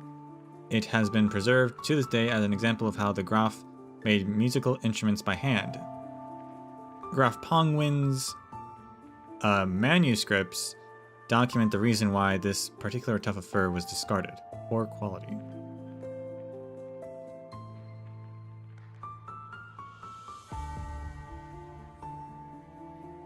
Okay. Number 3. Associated antidotes. The mystery of Graf Penguin's disappearance. The Graf's servants said that during the latter stages of his artistic career, the Graf was often troubled by the complacency and stagnation in Lytanian's music form. After the Graf retired to his room one night, suddenly came the sound of some bickering from inside the door, mixed with various animal-like shouts as well as sounds of objects breaking. The servants could only catch a couple lines of what was said. If you guys lost the belt, what the hell does it have to do with me? Fine, fine, you can have it. Don't tug on my feathers. The servants knew that the Graf had a habit of inviting guests over privately, so they did not dare to barge in rashly. They simply listened to the Graf launch into a war of words with the people inside the room, his speech growing progressively faster and more rhythmic. From time to time, an instrument would sound once or twice, almost as if forming a melody. At that moment, the Graf suddenly let out a strange cry and shouted, "Yo, that's it," after which the room fell silent. The servants outside tried to check on the Graf, but received no response. Fearing that something might have happened to their master, they threw open the door only to discover that there was nobody in the room, and the Graf was nowhere to be seen.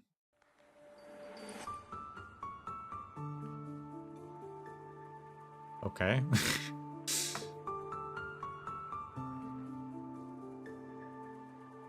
You guys lost the bet. What does that have to do with me? Interesting.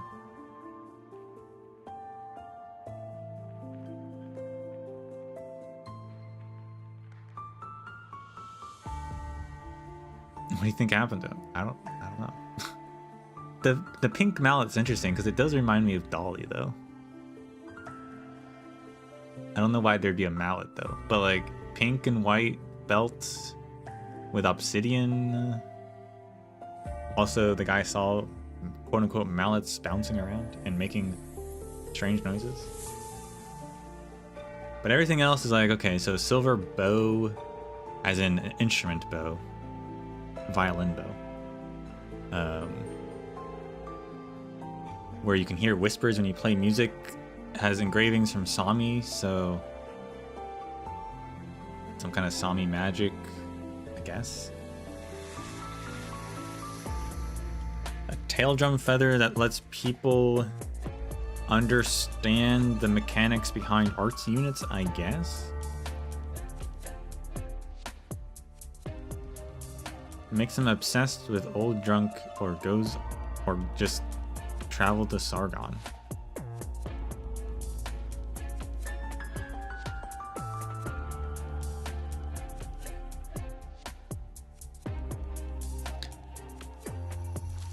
Like the High Priest?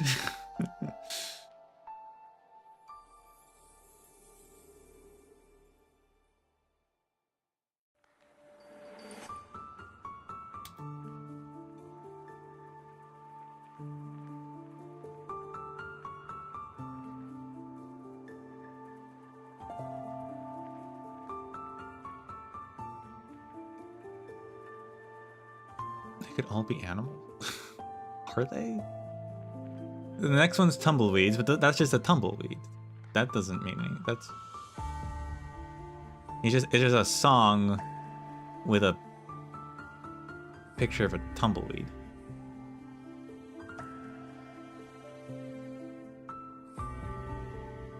And then gray animal fur, I don't know. It's just gray, it's just a hunk of gray fur that the Graf used to make instruments, question mark? I'm not sure I get that either.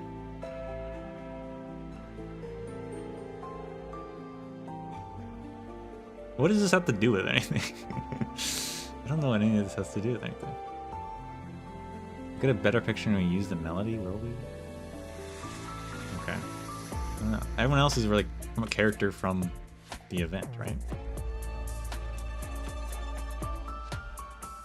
Although I do think they mentioned Graf Pongwin.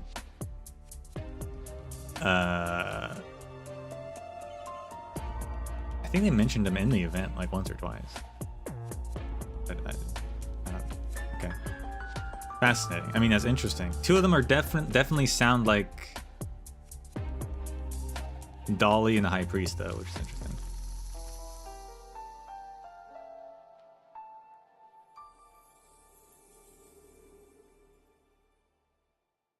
Well, that's the last one, I guess.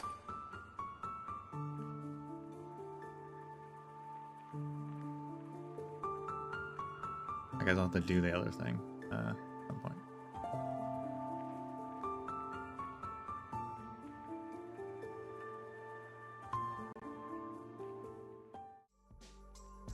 Can you believe just one level took the whole stream? and it wasn't even the level, like we beat the level immediately, so like that's crazy.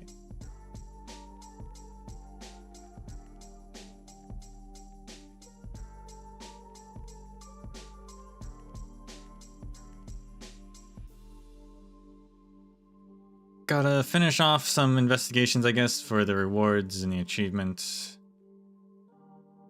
Otherwise, I guess we're waiting until the next level stuff.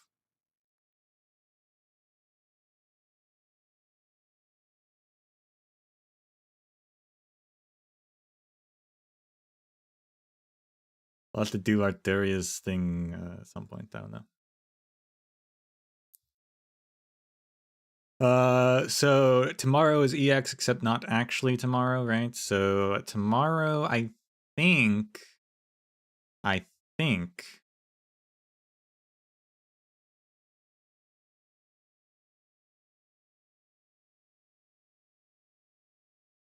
we're gonna do something else.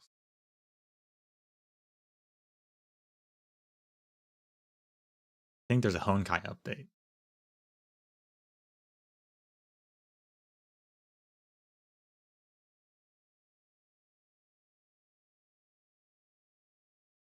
So, guess we'll do a quick foray into that before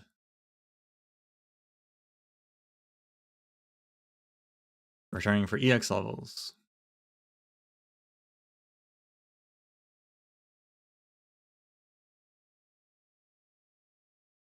Other than that, thank you all for watching. And until we meet again, may the sands of time treat you well.